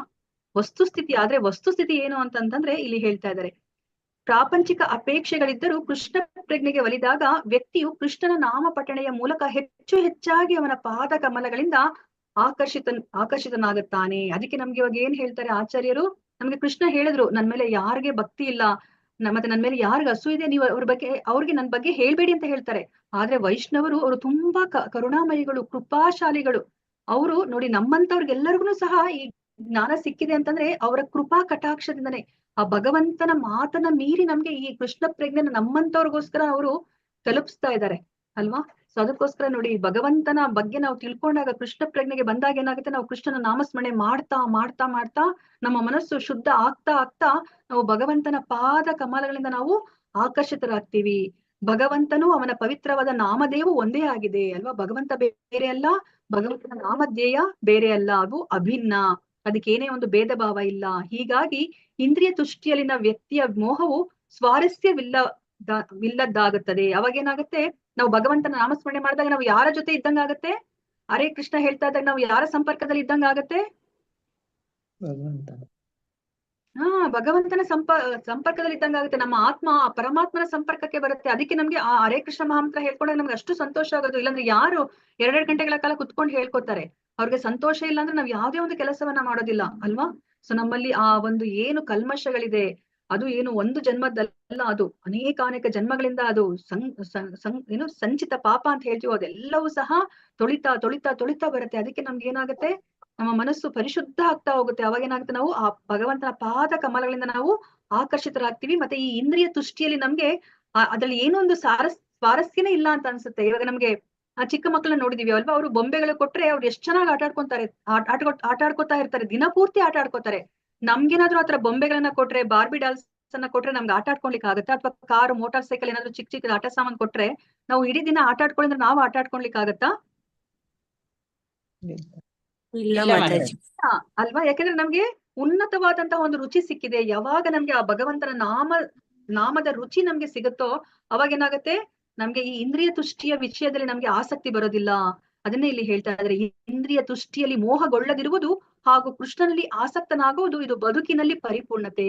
ನೋಡಿ, ನಾವು ಬದುಕಿನಲ್ಲಿ ಪರಿಪೂರ್ಣತೆನ ನಾವು ಪಡ್ಕೋಬೇಕಂದ್ರೆ ನಾವೇನ್ ಇಷ್ಟು ದಿವಸ ಅನ್ಕೊಂಡಿದ್ವಿ, ನನಗೆ ಬ್ಯಾಂಕ್ ಬ್ಯಾಲೆನ್ಸ್ ಇಷ್ಟಿರ್ಬೇಕು, ನನ್ ಮನೆ ಮುಂದೆ ಇಷ್ಟು ಕಾರುಗಳು ನಿಂತಿರ್ಬೇಕು, ಒಂದು ಬಂಗ್ಲೆ ಇರ್ಬೇಕು, ನನಗಿಂತ ಹೆಂಡತಿ ಮಕ್ಕಳು ಬಂಧು ಬಾಂಧವರು, ಮತ್ತೆ ನಾನು ಇಂತಹ ಒಂದು ಸ್ಥಾನದಲ್ಲಿ ಇರ್ಬೇಕು, ಆಗ ನನ್ನ ಜೀವನದಲ್ಲಿ ನಾನು ಪರಿಪೂರ್ಣತೆಯನ್ನ ಅಥವಾ ಸಾಫಲ್ಯವನ್ನ ಪಡೆದಿದ್ದೀನಿ ಅಂತ ಹೇಳ್ಬಿಟ್ಟು ನಾವು ಯೋಚನೆ ಮಾಡ್ತಾ ಇದ್ವಿ. ಆದ್ರೆ ನೋಡಿ, ಇಲ್ಲಿ ಏನನ್ನ ಹೇಳ್ತಾ ಇದ್ರೆ, ಜೀವನದಲ್ಲಿ ಪರಿಪೂರ್ಣತೆ ಅಂತಂದ್ರೆ ಈ ಭೌತಿಕ ವಸ್ತುಗಳನ್ನ ಸಂಗ್ರಹಣೆ ಮಾಡ್ಕೊಳೋದ್ರಲ್ಲ ಅಲ್ವಾ? ನಾವ್ ಯಾವಾಗ ಈ ಕೃಷ್ಣನ ಬಗ್ಗೆ ಅನುರಾಗವನ್ನ ಬೆಳೆಸ್ಕೊಂಡು ಯಾವಾಗ ಈ ಇಂದ್ರಿಯ ವಿಷಯಗಳಲ್ಲಿ ನಮ್ಗೆ ಅನಾಸಕ್ತಿಯನ್ನ ಬೆಳೆಸ್ಕೋತೀವೋ, ಮೋಹವನ್ನ ನಾವು ಕಳ್ಕೊತೀವೋ, ಅದು ನಮ್ಮ ಜೀವನದ ಪರಿಪೂರ್ಣತೆ ಅಂತ ಹೇಳ್ಬಿಟ್ಟು ಇಲ್ಲಿ ಹೇಳ್ತಾ ಇದಾರೆ ಅಲ್ವಾ. ಇವಾಗ ನೋಡಿ ನಾವೆಲ್ಲ ಏನ್ ಮಾಡ್ತಾ ಇದೀವಿ, ನಾವು ಪ್ರಯತ್ನ ಪಡ್ತಾ ಇದೀವಿ ಅಲ್ವಾ. ಈಗ ನಾವ್ ಇವಾಗ 1 ಗಂಟೆಗಳ ಕಾಲ ಇಲ್ಲಿ ಕುತ್ಕೊಂಡು ಭಗವಂತನ ನಾಮಸ್ಮರಣೆ ಮಾಡ್ತಾ ಇದೀವಿ. ಈ 1 ಗಂಟೆಗಳ ಕಾಲ ನಾವು ಇಲ್ಲಿ ಕುತ್ಕೊಂಡು ಭಗವಂತನ ನಾಮಸ್ಮರಣೆ ಮಾಡಿಲ್ಲ ಅಂತಂದ್ರೆ ನಾವ್ ಏನ್ ಮಾಡ್ತಾ ಇದ್ವಿ, ಟಿವಿ ನೋಡ್ತಾ ಇದ್ವಿ, ಹರಟೆ ಹೊಡಿತಾ ಇದ್ವಿ, ಅಥವಾ ಹೊರಗಡೆ ಹೋಗಿರ್ತಾ ಇದ್ವಿ, ಅಥವಾ ಏನೋ ಒಂದು ಮೋಜು ಮಸ್ತಿ ಮಾಡ್ತಾ ಇದ್ವಿ, ಹೋಟೆಲ್ಗೆ ಹೋಗಿರ್ತಾ ಇದ್ವಿ ಅಲ್ವಾ. ಸೊ ಅಂದ್ರೆ ಇವಾಗ ಇಲ್ಲಿ ಏನನ್ನ ಹೇಳ್ತಾ ಇದಾರೆ, ನಾವು ಇಂದ್ರಿಯ ತುಷ್ಟಿಯಲ್ಲಿ ಮೋಹಗೊಳ್ಳದಿರುವುದು ಅಂದ್ರೆ ಇಂದ್ರಿಯ ವಿಷಯದಲ್ಲಿ ಆಸಕ್ತಿ ಇರುವಂತಹ ಕೆಲಸವನ್ನ ಮಾಡ್ದಲೇ ಇರೋದು, ಮತ್ತೆ ಕೃಷ್ಣನಲ್ಲಿ ಆಸಕ್ತಿಯನ್ನ ಬೆಳೆಸ್ಕೊಳ್ಳೋದು ಎರಡೂ ಒಂದೇ ಅಂತ ಹೇಳ್ತಾ ಇದಾರೆ ಅಲ್ವಾ. ನಾವ್ ಯಾವಾಗ ಕೃಷ್ಣನಲ್ಲಿ ಆಸಕ್ತಿಯನ್ನ ನಾವು ಬೆಳೆಸ್ಕೋತೀವೋ ಅವಾಗ ಏನಾಗುತ್ತೆ, ನಮ್ಗೆ ಇಂದ್ರಿಯ ಮೋಹ ಅನ್ನೋದು ಹೊರಟೋಗುತ್ತೆ ಅಲ್ವಾ. ನೋಡಿ ಅಟ್ಲೀಸ್ಟ್ ಈ 1 hour ನಾವ್ ಇವಾಗ ಇಂದ್ರಿಯದ ವಿಷಯಗಳಿಗೆ, ಇಂದ್ರಿಯ ಒಂದು ತುಷ್ಟಿಯನ್ನ ಕೊಡುವಂತಹ ವಿಷಯಗಳ ಬಗ್ಗೆ ನಾವು ಇವಾಗ ಕೆಲಸವನ್ನ ಮಾಡ್ಲಿಲ್ಲ, ಅಂತಹ ಕರ್ಮಗಳನ್ನ ನಾವು ಮಾಡ್ಲಿಲ್ಲ ಅಲ್ವಾ. ಅದಕ್ಕೆ ಇವಾಗ 24 ಗಂಟೆಗಳ ಕಾಲ ನಾವು ಕೃಷ್ಣನಲ್ಲೇ ನಾವು ಕೃಷ್ಣ ಭಕ್ತಿಲಿ ನಾವು ಮುಳುಗಿದ್ರೆ ಏನಾಗುತ್ತೆ, ನಾವು ಆ ಇಂದ್ರಿಯ ತುಷ್ಟಿ ಅಂತಹ ಕಾರ್ಯಗಳನ್ನ ನಾವು ಮಾಡಲಿಕ್ಕೆ ಹೋಗೋದಿಲ್ಲ. ಅದನ್ನೇ ನಮ್ಗೆ ಇಲ್ಲಿ ಹೇಳ್ತಾ ಇದಾರೆ. ಅವಾಗ ಏನಾಗುತ್ತೆ, ಬದುಕಿನಲ್ಲಿ ಪರಿಪೂರ್ಣತೆ ಬರುತ್ತೆ. ಪ್ರಾಪಂಚಿಕ ಲಾಭಗಳ ಸಲುವಾಗಿಯೇ ಆದರೂ ಅಂತೂ ಹೇಗೋ ವ್ಯಕ್ತಿಯು ಕೃಷ್ಣ ಪ್ರಜ್ಞೆಯಲ್ಲಿ ನೆಲೆಗೊಂಡಾಗ ಅದು ಮುಕ್ತಿ ಗಳಿಕೆಯಲ್ಲಿ ಫಲಿಸುತ್ತದೆ ಅಲ್ವಾ. ಅದಕ್ಕೆ ನಮ್ಗೆ ಏನ್ ಹೇಳ್ತಾರೆ, ಏನಕೇನ ಪ್ರಕಾರೇಣ ಕೃಷ್ಣ ಭಕ್ತಿಗೆ ನಾವು ಬಂದ್ಬಿಡ್ಬೇಕು ಅಂತ. ಏನೇ ಒಂದು ನೀವ್ ಹೇಗ್ ಬರ್ತಿರೋ ಗೊತ್ತಿಲ್ಲ, ಅದಕ್ಕೆ ಮುಂದೆ ಇಲ್ಲಿ ಹೇಳ್ತಾ ಇದಾರೆ, ಕಾಮದಿಂದ ಬರ್ತಿರೋ, ದ್ವೇಷದಿಂದ ಬರ್ತಿರೋ, ಭಯದಿಂದ ಬರ್ತಿರೋ, ಸ್ನೇಹದಿಂದ ಬರ್ತಿರೋ, ಹೇಗಾದ್ರೂ ಬನ್ನಿ, ನೀವು ಒಟ್ನಲ್ಲಿ ಕೃಷ್ಣ ಪ್ರಜ್ಞೆಗೆ ಬನ್ನಿ. ಕೃಷ್ಣ ಪ್ರಜ್ಞೆಗೆ ಬಂದ್ರೆ ಸಾಕು, ನೀವು ಮುಕ್ತಿ ಪಥದ ಕಡೆಗೆ ಇದೀರಾ ಅಂತ ಹೇಳ್ಬಿಟ್ಟು ಇಲ್ಲಿ ನಮ್ಗೆ ಹೇಳ್ತಾ ಇದ್ದಾರೆ. ಅದಕ್ಕೆ ನಮ್ಗೆ ಇದಕ್ಕಿಂತ ಮುಂಚೆ ನಾವು ತಿಳ್ಕೊಂಡಿವಿ ಅಲ್ವಾ, ಹಿಂದಿನ ಶ್ಲೋಕದಲ್ಲಿ ಏನ್ ಹೇಳಿದ್ರು ನಮ್ಗೆ, ಅಕಾಮ ಸರ್ವ ಕಾಮೋ ವಾ ಮೋಕ್ಷ ಕಾಮ ಉದಾರದಿಹಿ ತೀವ್ರೇಣ ಭಕ್ತಿ ಯೋಗೇನ ಯಜೇತ ಪುರುಷಂ ಪರಂ ಅಲ್ವಾ. ಅಕಾಮ, ಏನು ಕಾಮನೆಗಳಿಲ್ವಾ, ಸರ್ವ ಕಾಮಗಳಿದ್ಯಾ, ಮತ್ತೆ ಮೋಕ್ಷ ಬೇಕು ಅನ್ನೋ ಒಂದು ಕಾಮನೆ ಇದೆಯಾ, ಏನಾದ್ರೂ ಇರ್ಲಿ ನಿಮ್ಗೆ, ನೀವು ಆ ದೇವೋತ್ತಮ ಪರಮ ಪುರುಷನ ನೀವು ಪೂಜೆ ಮಾಡಿ, ಅವ್ರಿಗೆ ನೀವು ಪೂಜೆಯನ್ನ ಮಾಡಿ ಅಂತ ಹೇಳಿದ್ರು ಅಲ್ವಾ. ಯಾಕಂದ್ರೆ ನಮ್ಗೆ ಮುಕ್ತಿನ ಕೊಡೋದು ಮುಕ್ತಿದಾತ ಮುಕುಂದ ಮಾತ್ರ. ನಮ್ಗೆ ಲೆವೆಲ್ 1 ಅಲ್ಲಿ ಯಾವಾಗ್ಲೂ ಈ ಕಥೆನ ನಾವು ಹೇಳ್ತಾ ಇರ್ತೀವಲ್ವಾ, ಅರ್ಥ ಮಾಡ್ಕೊಳ್ಲಿಕ್ಕೆ. So just ಜ್ಞಾಪಿಸ್ಕೊಳ್ಳೋಣಂತೆ. ಇವಾಗ ಒಬ್ಬ ಬ್ರಾಹ್ಮಣ, ಅವನು ತುಂಬಾ ಭಕ್ತಿಯಿಂದ ಅವರು ಕಾಳಿಕಾ ಮಾತೆಯನ್ನ ಪೂಜೆ ಮಾಡ್ತಿರ್ತಾರೆ. ಅವ್ರ ಜೀವನ ಪೂರ್ತಿ ಅವರು ಕಾಳಿಕಾ ಮಾತೆಯನ್ನ ಶ್ರದ್ಧೆಯಿಂದ ಅವ್ರು ಪೂಜೆ ಮಾಡ್ತಾರೆ. ಕೊನೆಗೆ ಕಾಳಿಕಾ ಮಾತೆಗೆ ತುಂಬಾ ಸಂತೋಷ ಆಗಿ ಪ್ರಸನ್ನಳಾಗಿ ಅವಳು ದರ್ಶನವನ್ನ ಕೊಡ್ತಾಳೆ ಆ ಪೂಜಾರಿಗೆ. ಆಗ ಪೂಜಾರಿ ಏನಾದ್ರು ವರವನ್ನ ಕೇಳ್ಕೊ ಅಂತ ಹೇಳಿದಾಗ ಪೂಜಾರಿ ಏನ್ ಹೇಳ್ತಾನೆ, ನನಗೆ ಈ ಜೀವನದಲ್ಲಿ ಜಂಜಾಟ ಸಾಕಾಗೋಗ್ಬಿಟ್ಟಿದೆ, ನಾನು ಇದರಿಂದ ಹೊರಗಡೆ ಬರ್ಬೇಕು, ನನಗೆ ಮುಕ್ತಿಯನ್ನ ಪ್ರಸಾದಿಸು ತಾಯಿ ಅಂತ ಹೇಳ್ಬಿಟ್ಟು ಕೇಳ್ತಾರೆ ಕಾಳಿಕಾ ಮಾತೆಗೆ. ಆಗ ಕಾಳಿಕಾ ಮಾತೆ ಏನ್ ಹೇಳ್ತಾರೆ, ನಾನು ಮುಕ್ತಿನ ಕೊಡ್ಲಿಕ್ಕೆ ಸಾಧ್ಯ ಇಲ್ಲ, ಅದನ್ನ ಬಿಟ್ಟು ನೀನು ಬೇರೆ ಏನಾದ್ರು ಕೇಳ್ಕೊ ಅಂತ ಹೇಳಿದಾಗ, ನನಗೆ ಏನೂ ಬೇಡ ತಾಯಿ, ನಾನು ಅದೊಂದೇ ಒಂದು ಉದ್ದೇಶ ಇಟ್ಕೊಂಡು ನಾನು ನಿನ್ನನ್ನ ಈಗ ಅನವರತ ಪೂಜೆ ಮಾಡಿದೆ ಅಂತ ಹೇಳಿದಾಗ ಕಾಳಿಕಾ ಮಾತೆ ಹೇಳ್ತಾರೆ, ಮುಕ್ತಿಯನ್ನ ಕೊಡ್ಲಿಕ್ಕೆ ಮುಕ್ತಿದಾತ ಮುಕುಂದನಿಗೆ ಮಾತ್ರ ಸಾಧ್ಯ, ನನಗೆ ಸಾಧ್ಯ ಇಲ್ಲ. ನಾನು ನಿನಗೆ ಒಂದು ವರವನ್ನ ಕೊಡ್ಬಹುದು, ನೀನು ಮುಂದಿನ ಜನ್ಮದಲ್ಲಿ ನೀನು ವೈಷ್ಣವನಾಗಿ ಹುಟ್ಟು, ವಿಷ್ಣುವಿನ ಭಕ್ತನಾಗಿ ಹುಟ್ಟು, ಆಗ ವಿಷ್ಣು ನಿನಗೆ ಮುಕ್ತಿಯನ್ನ ದಯಪಾಲಿಸ್ತಾನೆ ಅಂತ ಹೇಳ್ಬಿಟ್ಟು ಕಾಳಿಕಾ ಮಾತೆ ಹೇಳ್ತಾರೆ. ಅಂದ್ರೆ ಏನ್ ಅರ್ಥ ಇಲ್ಲಿ, ಸೊ ನಮ್ಗೆ ಮುಕ್ತಿ ಬೇಕು ಅಂತಂದ್ರೆ ಆ ಮುಕ್ತಿದಾತ ಮುಕ್ತಿಯನ್ನ ಕೊಡ್ಲಿಕ್ಕೆ ಯಾರಿಗೆ ಸಾಧ್ಯ ಅಂತಂದ್ರೆ ಭಗವಂತನಿಗೆ ಮಾತ್ರ ಸಾಧ್ಯ. ನಾವು ಭಗವದ್ಗೀತೆಯಲ್ಲಿ ಕೊನೆಯ ಇನ್ಸ್ಟ್ರಕ್ಷನ್, ಕೃಷ್ಣನ ಇನ್ಸ್ಟ್ರಕ್ಷನ್ ಏನೇನು, ಸರ್ವಧರ್ಮಾನ್ ಪರಿತ್ಯಜ್ಯ ಮಾಂ ಏಕಂ ಶರಣಂ ವ್ರಜ ಅಹಂ ತ್ವಾಂ ಸರ್ವ ಪಾಪೇಭ್ಯೋ ಮೋಕ್ಷಯಿಷ್ಯಾಮಿ ಮಾ ಶುಚಃ ಅಂತ ಹೇಳಿದ್ರು ಅಲ್ವಾ. ನಮ್ಮ ಪಾಪಗಳನ್ನೆಲ್ಲ ನಾಶ ಮಾಡ್ಲಿಕ್ಕೆ ಸಾಧ್ಯ ಇರೋದು ಭಗವಂತನಿಗೆ. ನಮ್ಮ ಪಾಪ ನಾಶ ಆಗ್ದಲೇ ಇರೋ ಹೊರತು ನಮ್ಗೆ ಈ ಪುನರ್ಜನ್ಮ ಬರ್ತಾನೆ ಇರುತ್ತೆ ಅಲ್ವಾ. ಆ ಪಾಪಗಳನ್ನ ಬುಡ ಸಮೇತ, ಅದು ಒಂದು ಬೀಜದ ಸ್ಥಿತಿಯಲ್ಲೂ ಸಹ ಇರಬಾರದು, ಅದನ್ನ ಬುಡ ಸಮೇತ ಕಿತ್ತಾಕ್ಲಿಕ್ಕೆ ಸಾಧ್ಯ ಇರೋದು ಮುಕುಂದನಿಗೆ ಮಾತ್ರ ಸಾಧ್ಯ.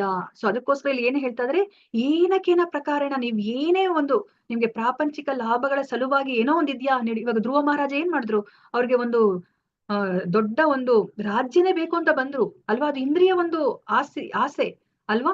ನಿಮ್ಗೆ ಏನಾದ್ರೂ ಒಂದು ಪ್ರಾಪಂಚಿಕ ಲಾಭ ಇದೆಯಾ, ಅದರಿಂದ ಬರ್ತೀರ ನೀವು ಭಗವಂತನ ಹತ್ರ, ಸರಿ ಬನ್ನಿ, ಏನಕ್ಕಾದ್ರೂ ಸರಿ ನೀವು ಬನ್ನಿ, ಬಂದ್ರೆ ಸಾಕು, ನೀವು ಮುಕ್ತಿ ಗಳಿಕೆಯಲ್ಲಿ ಫಲಿಸುತ್ತದೆ. ಭಗವಂತನಿಗೆ ಗೊತ್ತು ಹೇಗೆ ನಮ್ಗೆ ಸರಿಯಾದ ಒಂದು ಮಾರ್ಗಕ್ಕೆ ತಗೊಂಡ್ಬರ್ಬೇಕಂತ. ನಾವು ಭಗವಂತನ ಬಳಿಗೆ ಬರ್ಬೇಕು ಅಷ್ಟೇನೆ. ಅದನ್ನ ನಮ್ಗೆ ಇಲ್ಲಿ ಹೇಳ್ತಾ ಇದ್ರೆ, ಕಾಮ, ದ್ವೇಷ, ಭಯ, ಸ್ನೇಹ, ಇಂದ್ರಿಯ ತೃಪ್ತಿಗಾಗಲಿ, ಅಸೂಯೆಯ ಪ್ರಭಾವದಿಂದಾಗಲಿ, ಭಯದಿಂದಾಗಲಿ, ಪ್ರೇಮದಿಂದಾಗಲಿ, ಅಥವಾ ಬೇರಾವ ಕಾರಣದಿಂದಲೇ ಆಗಲಿ ವ್ಯಕ್ತಿಯು ಕೃಷ್ಣನ ಬಳಿ ಬಂದರೆ ಅಂತಹವನ ಬದುಕು ಜಯಪ್ರದವಾದಂತೆ ಅಲ್ವಾ. ಅದಕ್ಕೆ ನಾವು ನೋಡಿದೀವಲ್ವಾ, ಭಕ್ತಿವಿನೋದ ಠಾಕೂರ್ ಅವ್ರು ಏನ್ ಮಾಡಿದ್ರು, ಅವ್ರು ಎಲ್ಲಿ ಚೈತನ್ಯ ಮಹಾಪ್ರಭುಗಳ ಆ ಬರ್ತ್ ಪ್ಲೇಸ್ ಏನಿದೆ ಅಲ್ಲಿ ಅವರು ಒಂದು ದೇವಸ್ಥಾನವನ್ನ ಕಟ್ಬೇಕು ಅಂತ ಹೇಳ್ಬಿಟ್ಟು ಅವ್ರಿಗೆ ತುಂಬಾ ಏನು ಇಚ್ಛೆ ಆಗತ್ತೆ. ಅದಕ್ಕೋಸ್ಕರ ಅವ್ರು ಏನ್ ಮಾಡ್ತಾರೆ, ಆ ಧನ ಸಂಗ್ರಹಣೆ ಮಾಡ್ಬೇಕು. ನಮ್ಗೆ ಗೊತ್ತಿರೋ ಹಾಗೆ ಭಕ್ತಿ ವಿನೋದ ಠಾಕೂರ್ ಅವರು ತುಂಬಾ ಅವರು ದೊಡ್ಡ ಮ್ಯಾಜಿಸ್ಟ್ರೇಟ್ ಆಗಿರ್ತಾರೆ. ಅವ್ರಿಗೆ ಹಣದಲ್ಲಿ ಏನೇ ಒಂದು ಕೊರತೆ ಇರೋದಿಲ್ಲ. ಅವ್ರೊಬ್ಬರೇ ಆ ದೇವಸ್ಥಾನವನ್ನ ಕಟ್ಲಿಕ್ಕೆ ಅವ್ರಿಗೆ ಸಾಧ್ಯ ಇರುತ್ತೆ. ಆದ್ರೆ ಅವ್ರೇನ್ ಮಾಡ್ತಾರೆ, ಪ್ರತಿಯೊಬ್ಬರ ಮನೆಗೆ ಆ ಬಂಗಾಳದಲ್ಲಿ ಇರುವಂತಹ ಪ್ರತಿಯೊಬ್ಬರ ಮನೆಗೆ ಹೋಗ್ಬಿಟ್ಟು ಎಲ್ಲರಿಂದನೂ ಅವರು ಒಂದೊಂದು ರೂಪಾಯಿಯನ್ನ ಅವ್ರು ಕಲೆಕ್ಟ್ ಮಾಡ್ಕೊಂಡು ಅವರು ಬರ್ತಾರೆ. ಒಂದ್ಸತಿ ಅವರ ಹೆಂಡತಿಯ ಹತ್ರ ಒಬ್ಬ ವ್ಯಕ್ತಿ ಬಂದ್ಬಿಟ್ಟು ಒಂದು ಹಣದ ಚೀಲವನ್ನ ಕೊಡ್ತಾರೆ. ಆಗ ಹೆಂಡತಿ ಏನ್ ಮಾಡ್ತಾರೆ, ಇದು ದೇವಸ್ಥಾನ, ನೀವು ಏನು ನಿಮ್ಮ ಗಂಡ ಎಲ್ಲರ ಹತ್ರನು ಹೀಗೆ ಹಣವನ್ನ ಅವರು ಸಂಗ್ರಹಿಸ್ತಾ ಇದಾರಲ್ವಾ, ನನಗೆ ಅವ್ರನ್ನ ನೋಡಿದ್ರೆ ನನಗೇನೆ ಒಂಥರ ಆಗುತ್ತೆ. ಅವರು ಮ್ಯಾಜಿಸ್ಟ್ರೇಟ್ ಆಗಿದ್ದಾರೆ, ಅಂತವ್ರು ಹೋಗ್ಬಿಟ್ಟು ಒಂದೊಂದು ಮನೆಗೆ ಹೋಗ್ಬಿಟ್ಟು ಒಂದೊಂದು ರೂಪಾಯಿ ಅವ್ರು ಹಣವನ್ನ ಬೇಡ್ತಾ ಇದಾರಲ್ಲ, ನನಗೆ ನೋಡ್ಲಿಕ್ಕೆ ಸಾಧ್ಯ ಇಲ್ಲ, ಈ ಹಣವನ್ನೆಲ್ಲ ನೀವು ಅವ್ರಿಗೆ ಕೊಡಿ, ದೇವಸ್ಥಾನವನ್ನ ಕಟ್ಲಿಕ್ಕೆ ಉಪಯೋಗಿಸ್ಕೊಳ್ಳಿ ಅಂತ ಹೇಳಿದಾಗ ಅವ್ರ ಹೆಂಡತಿ ಆಯ್ತು ಅಂತ ಇಸ್ಕೊಂಡ್ಬಿಡ್ತಾರೆ.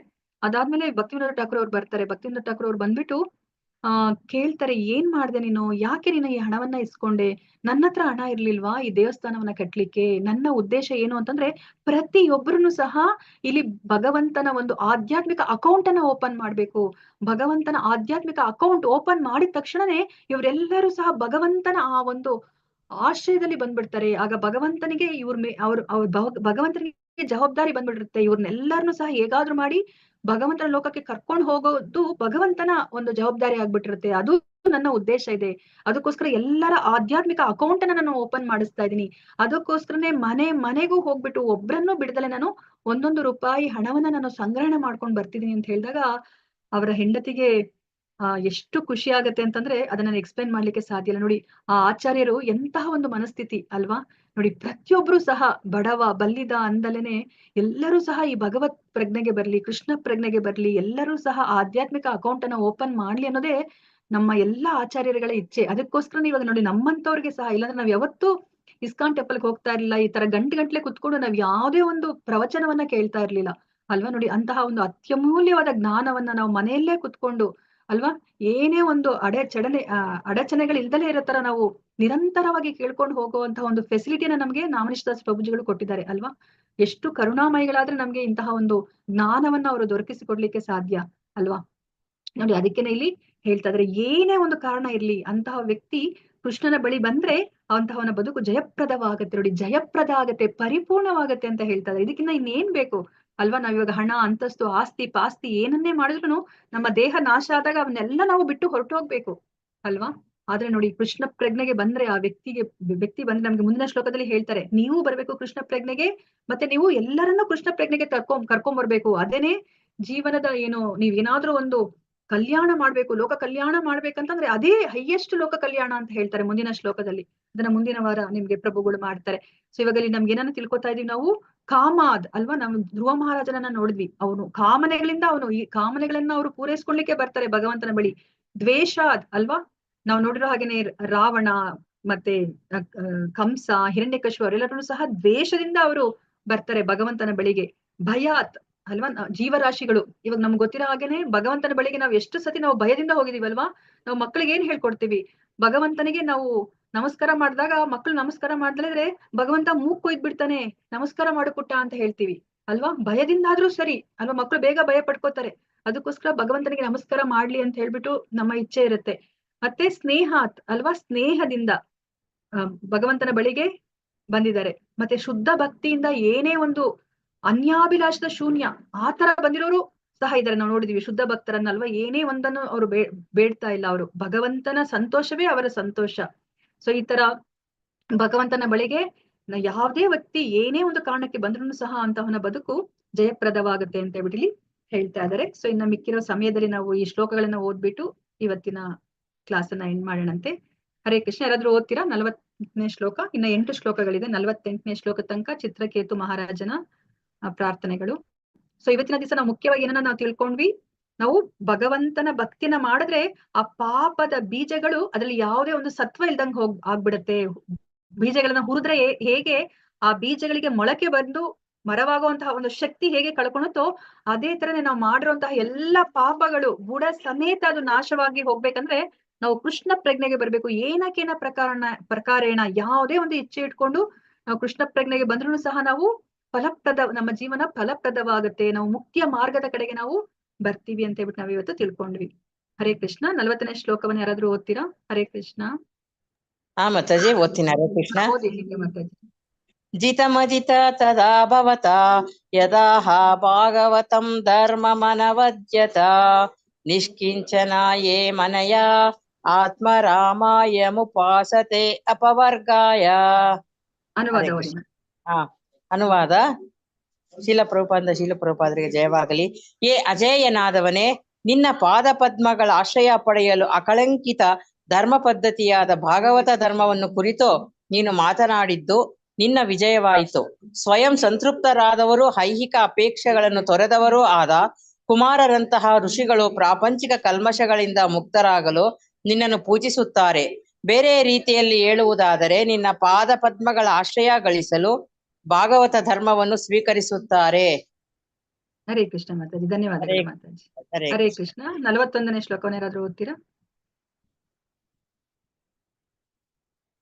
ಹರೇ ಕೃಷ್ಣ ಮಾತಾಜಿ. ಓದಿ ಮಾತಾಜಿ. ವಿಷಮಮರ್ತಿನ ಯತ್ರ ನೃಣಾಂ ತ್ವಮಹಮಿತಿ ಮಮ ತವೇತಿ ಚ ಯದನ್ಯತ್ರ ವಿಷಮದಿಯ ರಚಿತೋಯ ಸಹ ವಿಶುದ್ಧ ಕ್ಷಯಿಷ್ಣುರ ಧರ್ಮ ಬಹುಲ. ಸರಿ ಬಂತ ಮಾತಾಜಿ? ಹಾ, ಸರಿ ಇದೆ ಮಾತಾಜಿ. ಓದಿ ಮಾತಾಜಿ. ಅನುವಾದ. ಭಾಗವತ ಧರ್ಮವನ್ನು ವಿನಾಯಿಸಿ ಬೇರೆಲ್ಲಾ ಧರ್ಮ ಪಂಥಗಳು ವಿರೋಧಾಭಾಸಗಳಿಂದ ತುಂಬಿದ್ದಾಗಿವೆ. ಅವು ಕಾಮ್ಯ ಫಲಗಳ ಮತ್ತು ನೀನು, ನಾನು, ನಿನ್ನದು, ನನ್ನದು ಎಂಬ ತಾರತಮ್ಯದ ಕಲ್ಪನೆಗಳ ರೀತಿಯ ಕೆಲಸ ಮಾಡುತ್ತವೆ. ಇಂತಹ ಪ್ರಜ್ಞೆಯು ಶ್ರೀಮದ್ ಭಾಗವತದ ಅನುಯಾಯಿಗಳಿಗಿಲ್ಲ. ಭಾಗವತಾನುಯಾಯಿಗಳಿಗೆ ಇರುವುದು ಕೃಷ್ಣ ಪ್ರಜ್ಞೆಯೊಂದೇ. ಇವರು ಕೃಷ್ಣನು ಅವರವನೆಂದು, ಅವರು ಕೃಷ್ಣನಿಗೆ ಸೇರಿದವರೆಂದು ಆಲೋಚಿಸುತ್ತಾರೆ. ಇನ್ನು ಹೀನ ದರ್ಜೆಯ ಧರ್ಮ ಪಂಥಗಳುಂಟು. ಶತ್ರುಮರ್ದನ ಅಥವಾ ಯೋಗ ಶಕ್ತಿಯ ಗಳಿಕೆ ಈ ಪಂಥಗಳ ಆಲೋಚನಾ ಮಾರ್ಗವಾಗಿದೆ.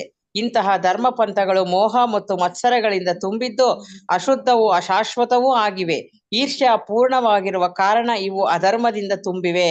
ಹರೇ ಕೃಷ್ಣ ಮಾತಾಜಿ. ಧನ್ಯವಾದಗಳು. ಅಲ್ವಾ, ಈ 2 ಶ್ಲೋಕದಲ್ಲಿ ಭಾಗವತ ಧರ್ಮದ ಬಗ್ಗೆ ಇಲ್ಲಿ ಚಿತ್ರಕೇತು ಮಹಾರಾಜ ಅವರು ನಮ್ಗೆ ತಿಳಿಸಿಕೊಡ್ತಾ ಇದ್ದಾರೆ ಅಲ್ವಾ. ಭಾಗವತ ಧರ್ಮವನ್ನ ನಾವು ಪಾಲಿಸ್ಬೇಕಾಗತ್ತೆ. ಭಾಗವತ ಧರ್ಮವನ್ನ ಬಿಟ್ಟು ಬೇರೆಲ್ಲ ಧರ್ಮಗಳಿಂದ ನಮ್ಗೆ ಏನನ್ನು ನಾವು ಸಿಗೋದಿಲ್ಲ ಅಲ್ವಾ. ಬರೇ ದ್ವೇಷ, ಅಸೂಯೆ ಅದು ಮಾತ್ರ ಸಿಗುತ್ತೆ ಅಂತ ಹೇಳ್ಬಿಟ್ಟು ನಮ್ಗೆ ಇಲ್ಲಿ ಹೇಳ್ತಾ ಇದ್ದಾರೆ. ಹರೇ ಕೃಷ್ಣ. ಶ್ಲೋಕ 42 ಯಾರಾದ್ರೂ ಹೇಳ್ತೀರಾ? ಕಃ ಕ್ಷೇಮೋ ನಿಜ ಪರಯೋಃ ಕಿಯಾನ್ ವಾರ್ತ ಸ್ವಪರುದ್ರುಹ ಧರ್ಮೇಣ ಸ್ವದ್ರೋಹಾತ್ತವ ಕೋಪಃ ಪರಸಪಂಡಯ ಚ ತಥಾ ಧರ್ಮಃ. ತನ್ನ ಮತ್ತು ಇತರರ ಬಗೆಗೆ ಅಸೂಯೆಯನ್ನು ಪ್ರಚೋದಿಸುವ ಧರ್ಮ ಪಂಥವೊಂದು ತನಗಾಗಲಿ ಅಥವಾ ಇತರಿಗಾಗಲಿ ಹೇಗೆ ತಾನೇ ಉಪಕಾರ ಮಾಡಿತು? ಇಂತಹ ಧರ್ಮಗಳನ್ನು ಪಾಲಿಸುವುದರಿಂದ ಏನು ಶುಭ ಸಾಧಿಸಿದಂತಾಯಿತು? ಇದರಿಂದ ಬರುವ ಲಾಭವಾದರೂ ಏನು? ವ್ಯಕ್ತಿಯು ಈರ್ಷ್ಯೆಯಿಂದ ತನ್ನನ್ನು ತಾನು ಘಾತಿಸಿಕೊಂಡು ಇತರರಿಗೆ ನೋವನ್ನುಂಟು ಮಾಡಿ ನಿಮ್ಮ ಕ್ರೋಧವನ್ನ ಕೆರಳಿಸಿ ಅಧರ್ಮವನ್ನ ಆಚರಿಸುತ್ತಾನೆ ಅಲ್ವಾ. ನೋಡಿ, ನಾವ್ ಯಾವ ಧರ್ಮವನ್ನ ಆಚರಣೆ ಮಾಡ್ಬೇಕಂದ್ರೆ ನಮ್ಗೆ ಹೇಳ್ಕೊಡೋದಿಲ್ಲ, ನಮ್ಗೆ ಗೊತ್ತೇ ಆಗೋದಿಲ್ಲ, ನಮ್ಗೆ ತೋಚೋದೇ ಇಲ್ಲ. ಇವಾಗ ನಮ್ಮ ತಂದೆ ತಾಯಿಗಳು ಏನು ಧರ್ಮವನ್ನ ಆಚರಿಸ್ತಾ ಇರ್ತಾರೋ ಅದನ್ನ ನಾವು ಮುಂದುವರಿಸ್ಕೊಂಡು ಹೋಗ್ತೀವಿ ಅಲ್ವಾ. ಏನನ್ನ ಮಾಡ್ಬೇಕು, ಏನನ್ನ ಮಾಡ್ಬಾರ್ದು ಅಂತ ನಮ್ಗೆ ಗೊತ್ತಾಗೋದಿಲ್ಲ. ನಮ್ಗೆ ಕೃಷ್ಣ ಪ್ರಜ್ಞೆಗೆ ಬಂದ್ಮೇಲೆನೆ ಗೊತ್ತಾಗ್ತಿರೋದು ಏನ್ ಮಾಡ್ಬೇಕು, ಏನನ್ನ ಮಾಡ್ಬಾರ್ದು ಅಂತ. ನೋಡಿ, ಇವಾಗ ಬೇರೆಯವರ ಬಗ್ಗೆ ನಮ್ಗೆ ಅಸೂಯೆ ಬರುತ್ತೆ ಅನ್ನೋ ಒಂದು ಧರ್ಮವನ್ನ ನಾವು ಪರಿಪಾಲನೆ ಮಾಡಿದ್ರೆ ಏನ್ ಪ್ರಯೋಜನ, ಏನ್ ಸಾಧಿಸ್ದಂಗಾಯ್ತು ಅಂತ ಹೇಳ್ಬಿಟ್ಟು ನಮ್ಗೆ ಹೇಳ್ತಾ ಇದ್ದಾರೆ ಚಿತ್ರಕೇತು ಮಹಾರಾಜ. ಹರೇ ಕೃಷ್ಣ. ಶ್ಲೋಕ 43. ಹರೇ ಕೃಷ್ಣ. ಓದ್ತೀರಾ ಯಾರಾದ್ರೂ? ಮಾತಾಜಿ. ಹರೇ ಕೃಷ್ಣ. ನ ವ್ಯಭಿಚರಿತಿ ತವೇಕ್ಷ ಯಯಾ ಹೆಬಹಿತೋ ಭಾಗವತೋ ಧರ್ಮ ಸ್ತರಚಿರ ಸತ್ವ ಕದಂಬೆ ಸ್ವಪೃತಿಗ್ಧಿಯೋ ಯಮುಪಾಸತೆ ತ್ವಾರ್ಯ. ಅನುವಾದ. ಪ್ರಿಯನಾದ ಭಗವಂತನೇ, ಜೀವನದ ಪರಮ ಉತ್ಕೃಷ್ಟ ಧ್ಯೇಯಗಳಿಂದ ಅತ್ತಿತ್ತ ಸರಿಯದ ನಿನ್ನ ಆಲೋಚನಾ ರೀತಿಯು ಜೀವಿಕಾ ವೃತ್ತಿಗಳನ್ನು ವ್ಯಕ್ತಿಗೆ ಶ್ರೀಮದ್ ಭಾಗವತದಲ್ಲಿ ಹಾಗೂ ಭಗವದ್ಗೀತೆಯಲ್ಲಿ ಉಪದೇಶಿಸಲಾಗಿದೆ. ಮೇಲು ಕೀಳುಗಳೆಂಬುದಿಲ್ಲದೆ ಚರಾಚರವಾದ ಎಲ್ಲರಿಗೂ ಸಮಾನಾದವಾದ ನಿನ್ನ ಮೇಲ್ವಿಚಾರಣೆಯಲ್ಲಿ ವೃತ್ತಿ ಧರ್ಮಗಳನ್ನು ಆಚರಿಸುವವರನ್ನು ಆರ್ಯರೆಂದು ಕರೆಯುತ್ತಾರೆ. ಅಂತಹ ಆರ್ಯರು ದೇವೋತ್ತಮ ಪರಮಪುರುಷನಾದ ನಿನ್ನನ್ನು ಪೂಜಿಸುತ್ತಾರೆ. ಹರೇ ಕೃಷ್ಣ ಮಾತಾಜಿ. ಹರೇ ಕೃಷ್ಣ ಮಾತಾಜಿ. ಅಲ್ವಾ, ಆರ್ಯರು ಅಂತಂದ್ರೆ ಸೊ ಯಾರಿಗೆ ಏನನ್ನ ಮಾಡ್ಬೇಕು ಏನನ್ನ ಮಾಡ್ಬಾರ್ದು ಅಂತ ಗೊತ್ತಿರುತ್ತೆ, ಅದಕ್ಕೋಸ್ಕರ ಅವರು ಈ ದೇವೋತ್ತಮ ಪರಮಪುರುಷನನ್ನ ಅವರು ಪೂಜೆ ಮಾಡ್ತಾರೆ ಆರ್ಯರು.